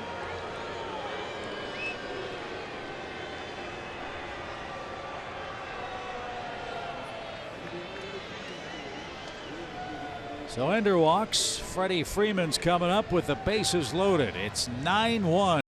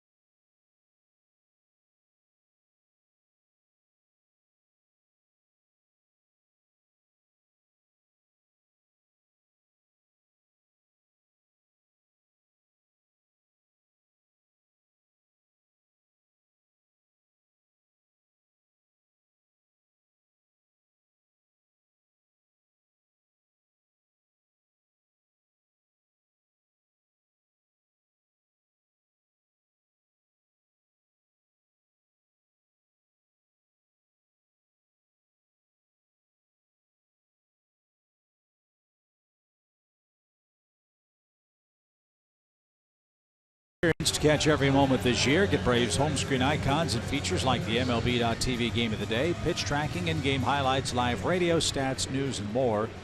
Download MLB At Bat today. Yaxel Rios is the next Phillies reliever. They've used 7 of them. And a first pitch swing by Freddie is out of play. 3 doubles for Freeman. My dad's kind of night. Sure would be. Again, 19 hits, Atlanta's season high. They've done that twice, once against the Phillies.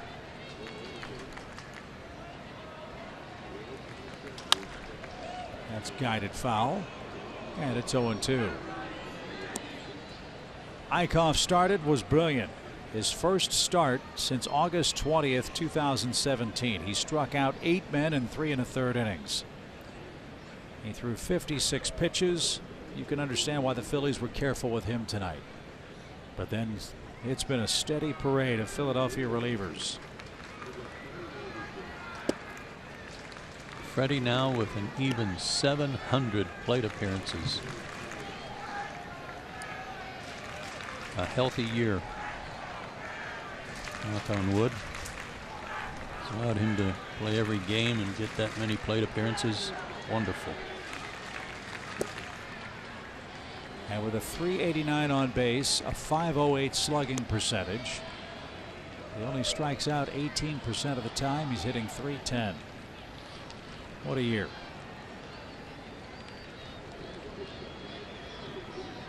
He's got the bases loaded. And Rios now with a 2-2 count. Line drive left field. That's going to get down for a fourth hit. 1 run scores. Acuna flying around third. Throw to the plate. He is safe. Acuna beats the rap at the plate, and Freddie Freeman has a 4-hit, 4 RBI night, and Atlanta has scored 11. And don't think for a minute that these guys that are Freddie's teammates don't understand where he is. Those were RBIs 98 and 99. And Acuna hustling around the bag, able to get in there. Now remember, the Phillies are out of challenges. They can ask for a crew chief review of this play at the plate to see if the tag was applied before Acuna got in. Well, if they had challenged it, what they're going to be upset about was that Knapp was blocking the plate without the baseball. And from that angle, it looks like Acuna's foot slid by the plate, didn't get it. The question is, did his left knee touch the plate? And if the Phillies challenge this call or have it overturned at the plate, the Braves could challenge as well. Your point, did he have the plate blocked without the ball? Well, he put on a deke too, trying to make Acuna think there was not going to be a throw. But look at his foot. He did not have the ball, but he was blocking his path to the plate. And I think he's out on that tag, but not so by the rule, the letter of the rule, blocking the plate. Hopefully the Braves are looking at that.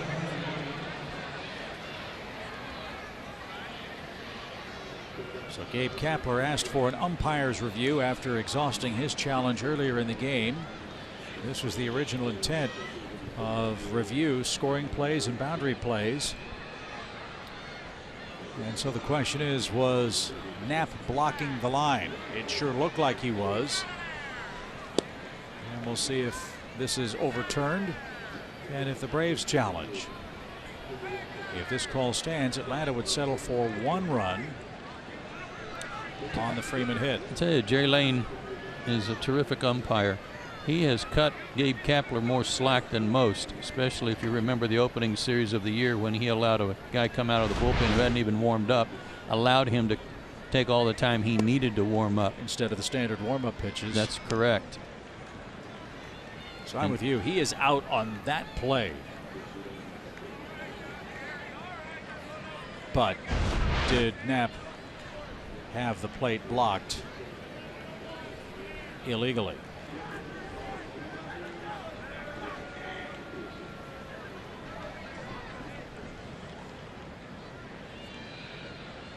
No matter what, that's the 19th hit, which ties the season high for a single game. Question is, will it be 1 RBI or 2 for Freddie Freeman, who, by the way, is trying to get to 200 hits this year.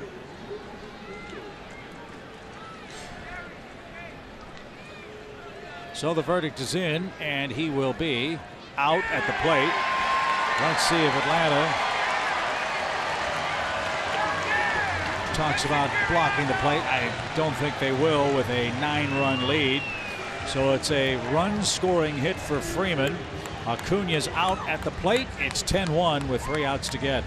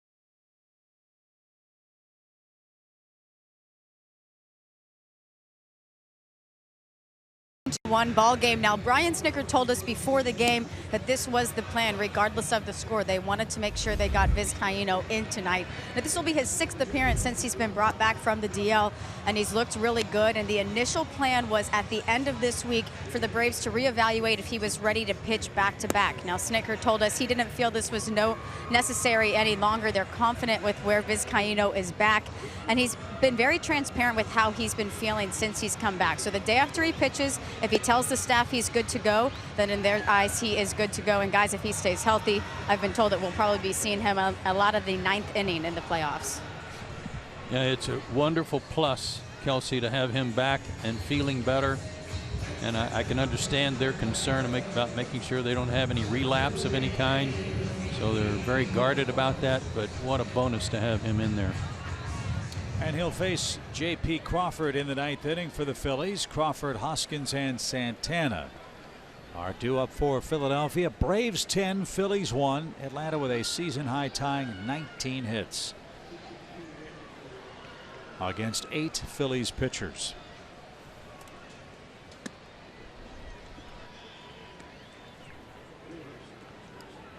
Only one Philly pitcher tonight did not have a base runner. That was Aaron Loop, who pitched in the 4th inning, faced Ender Inciarte, got him to ground out. Everybody else has had to pitch out of the stretch in relief for Philadelphia tonight.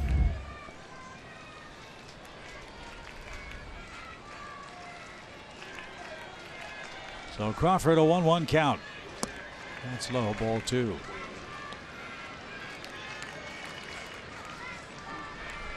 Milwaukee leads Detroit 5-3, bottom 7.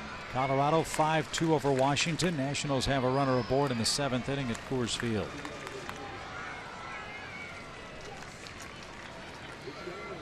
Dodgers had 2 on in the top of the 1st inning against Madison Bumgarner. He got out of it. Giants are up at AT&T Park in the 1st inning of that series.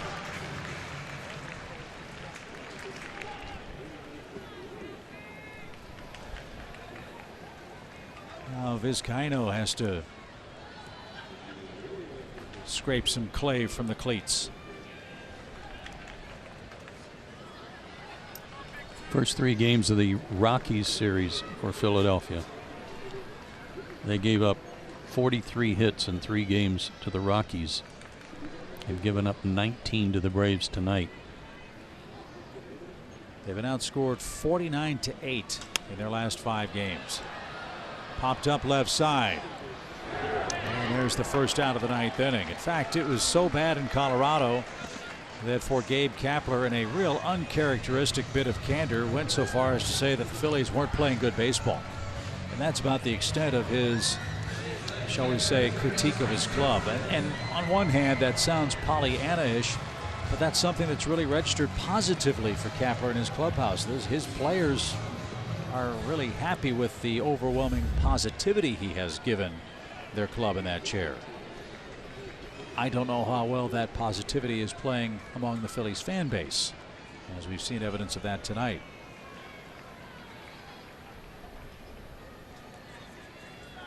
You know, I look at that 2 ways. I'm not trying to be cynical here, but if the overwhelming positivity is that you're never admitting when you're not playing well and constantly patting people on the back despite the fact you're not playing well, then what does that serve? Oh, and one other quote, and I'm paraphrasing here, is this one's hammered toward left center field. That one's going to go a long way. And it is out of here, a home run for Hoskins. His 34th. And his first hit of the night. And his 2nd homer against the Braves this year.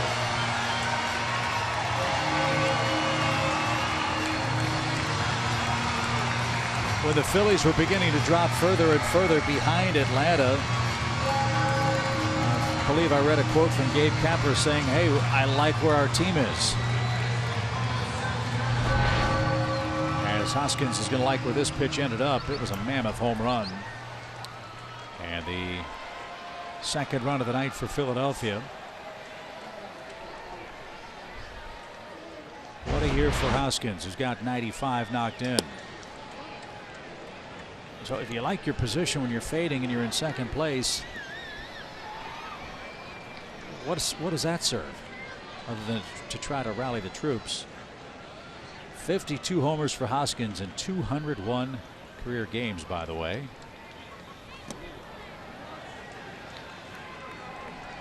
Yeah, there has to be a reality check at some point. And that admission that they weren't playing well may have been a step in the right direction, because there has been no sign of that before that. They're well on their way to losing their 9th consecutive game tonight, as Santana awaits a 1-1 pitch. It stayed high, ball 2. Well, it was in the papers today that Gabe Kapler, who's learning on the job as a major league manager, has asked members of the organization to anonymously send him their suggestions on things that he can do better to improve in his role as the skipper of this club.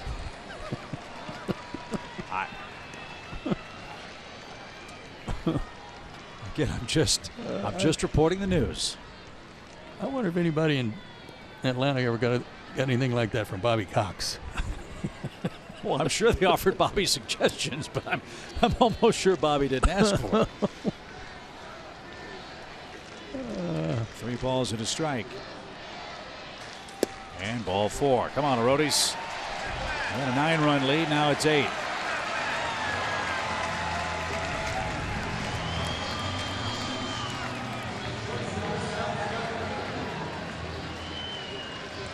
So here's Kingery. He's 0 for 3. 2 ground outs and a strikeout. And once that news made the newspapers, I can almost promise you that the inbox of Gabe Kapler will be filled with all kinds of suggestions from the hardiest of fans here in Philadelphia. Well, I'm not sure the fans are going to be allowed in on that poll or on that questionnaire. Oh, no, but they're going to be sending in their own unsolicited suggestions. Swing and a miss.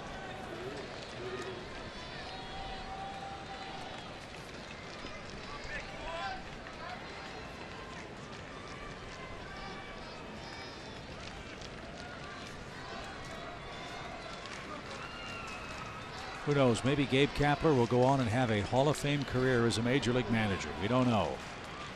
But it has been a very, as I said earlier tonight, a very interesting first season for him at the helm of the Phillies.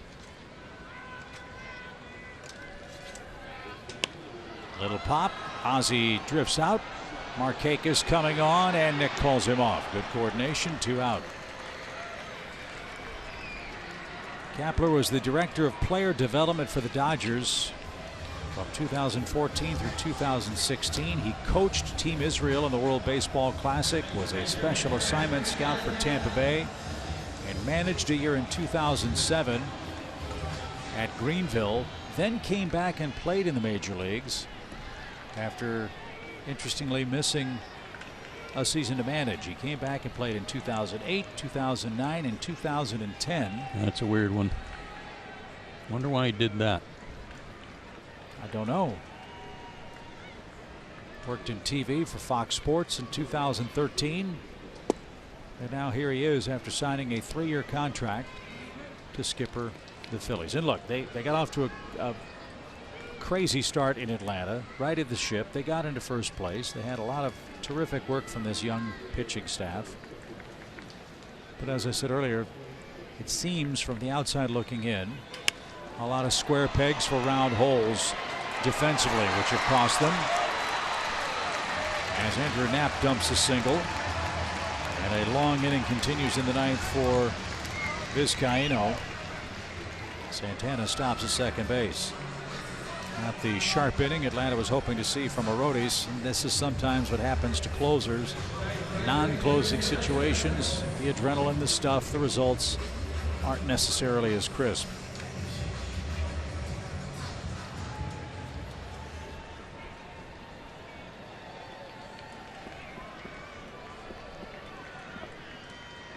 So here's Cousins. He has struck out and doubled.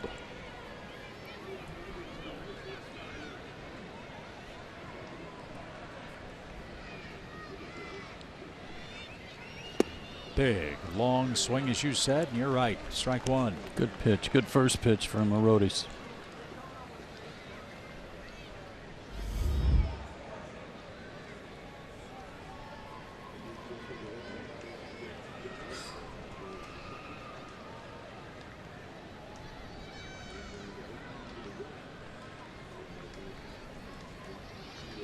Swing and a drive. That's hammered a mile down the line, and it is foul.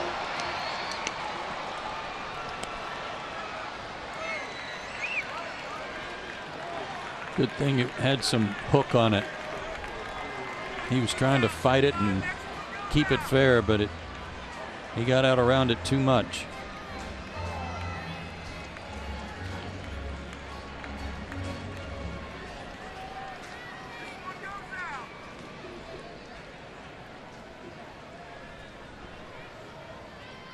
So one more strike to get.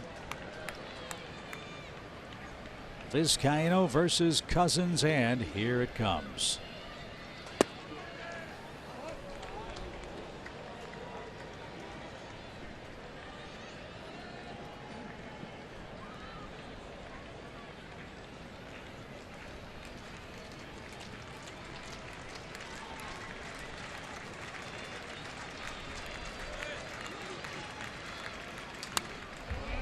He doesn't get cheated, does he? No, sir. What's his batting average of balls in play, I wonder? That's another newfangled stat that's been talked about a lot by the Phillies.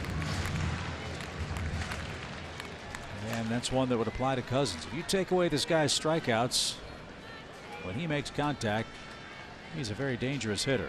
Problem is, 6'6", 245. That's dangerous, yes. problem is he doesn't make enough contact, at least not yet.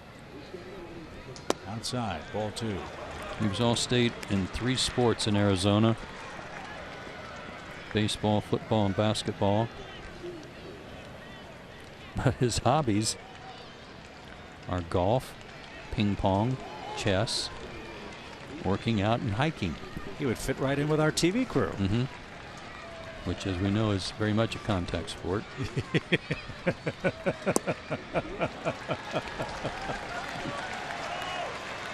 We have some of the most competitive ping pong games you've ever seen. Full count.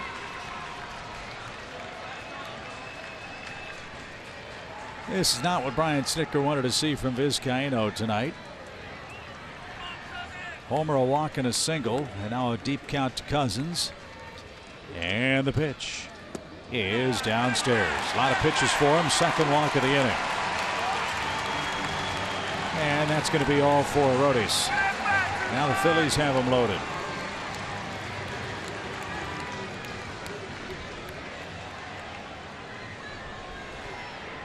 So Vizcaino goes 2/3 of an inning, 2 hits, a home run, 2 walks, no strikeouts.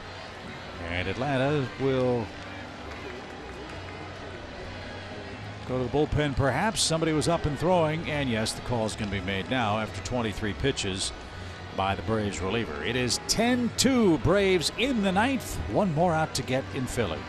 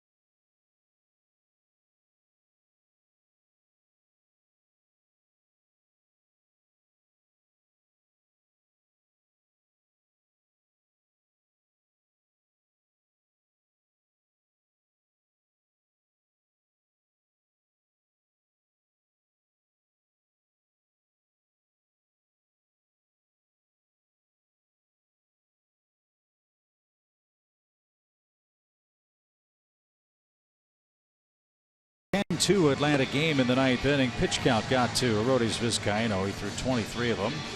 And as you heard Kelsey say, the Braves want to keep him healthy, keep him on the beam in anticipation of pitching big innings in postseason play for Atlanta. But with a big lead, he just didn't have his usual crisp stuff. Let's hope Sam Freeman does, as Sam's on for his 63rd appearance.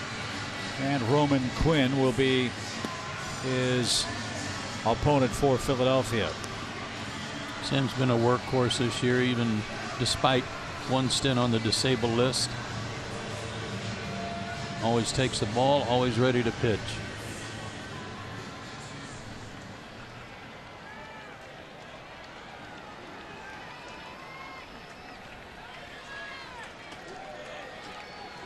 Ten runs, 19 hits for the Braves, 2 runs, 4 hits for the Phillies. They've made 2 errors as well. Atlanta 1 out away from their 90th win of the year. What an accomplishment that will be. Swing and a miss.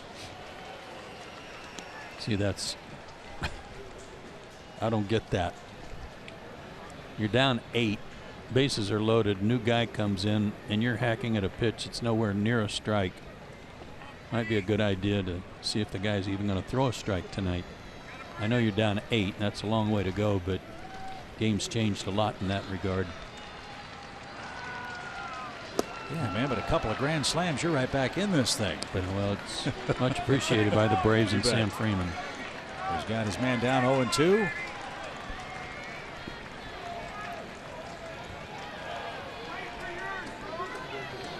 Sanchez and Nola tomorrow night, middle game. Game 161 of the season coming up here tomorrow night.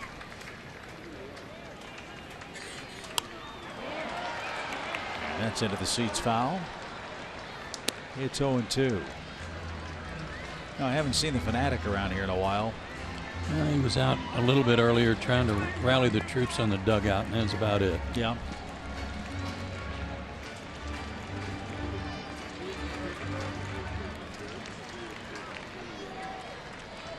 Been a rough night for his beloved Phils tonight. As Quinn awaits an 0-2 pitch from Sammy. Here it comes. And high. 1-2.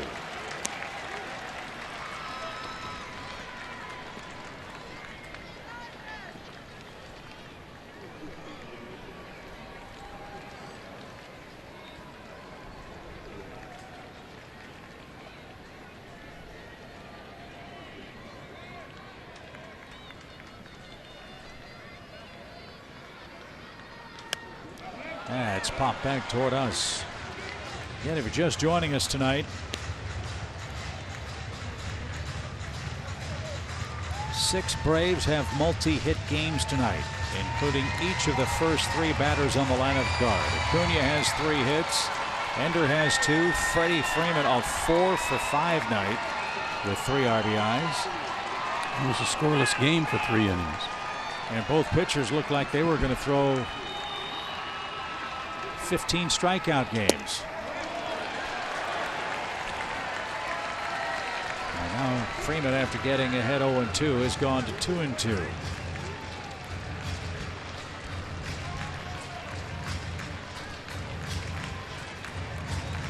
Velocity without command doesn't do you any good. And with an 8-run lead, throw strikes.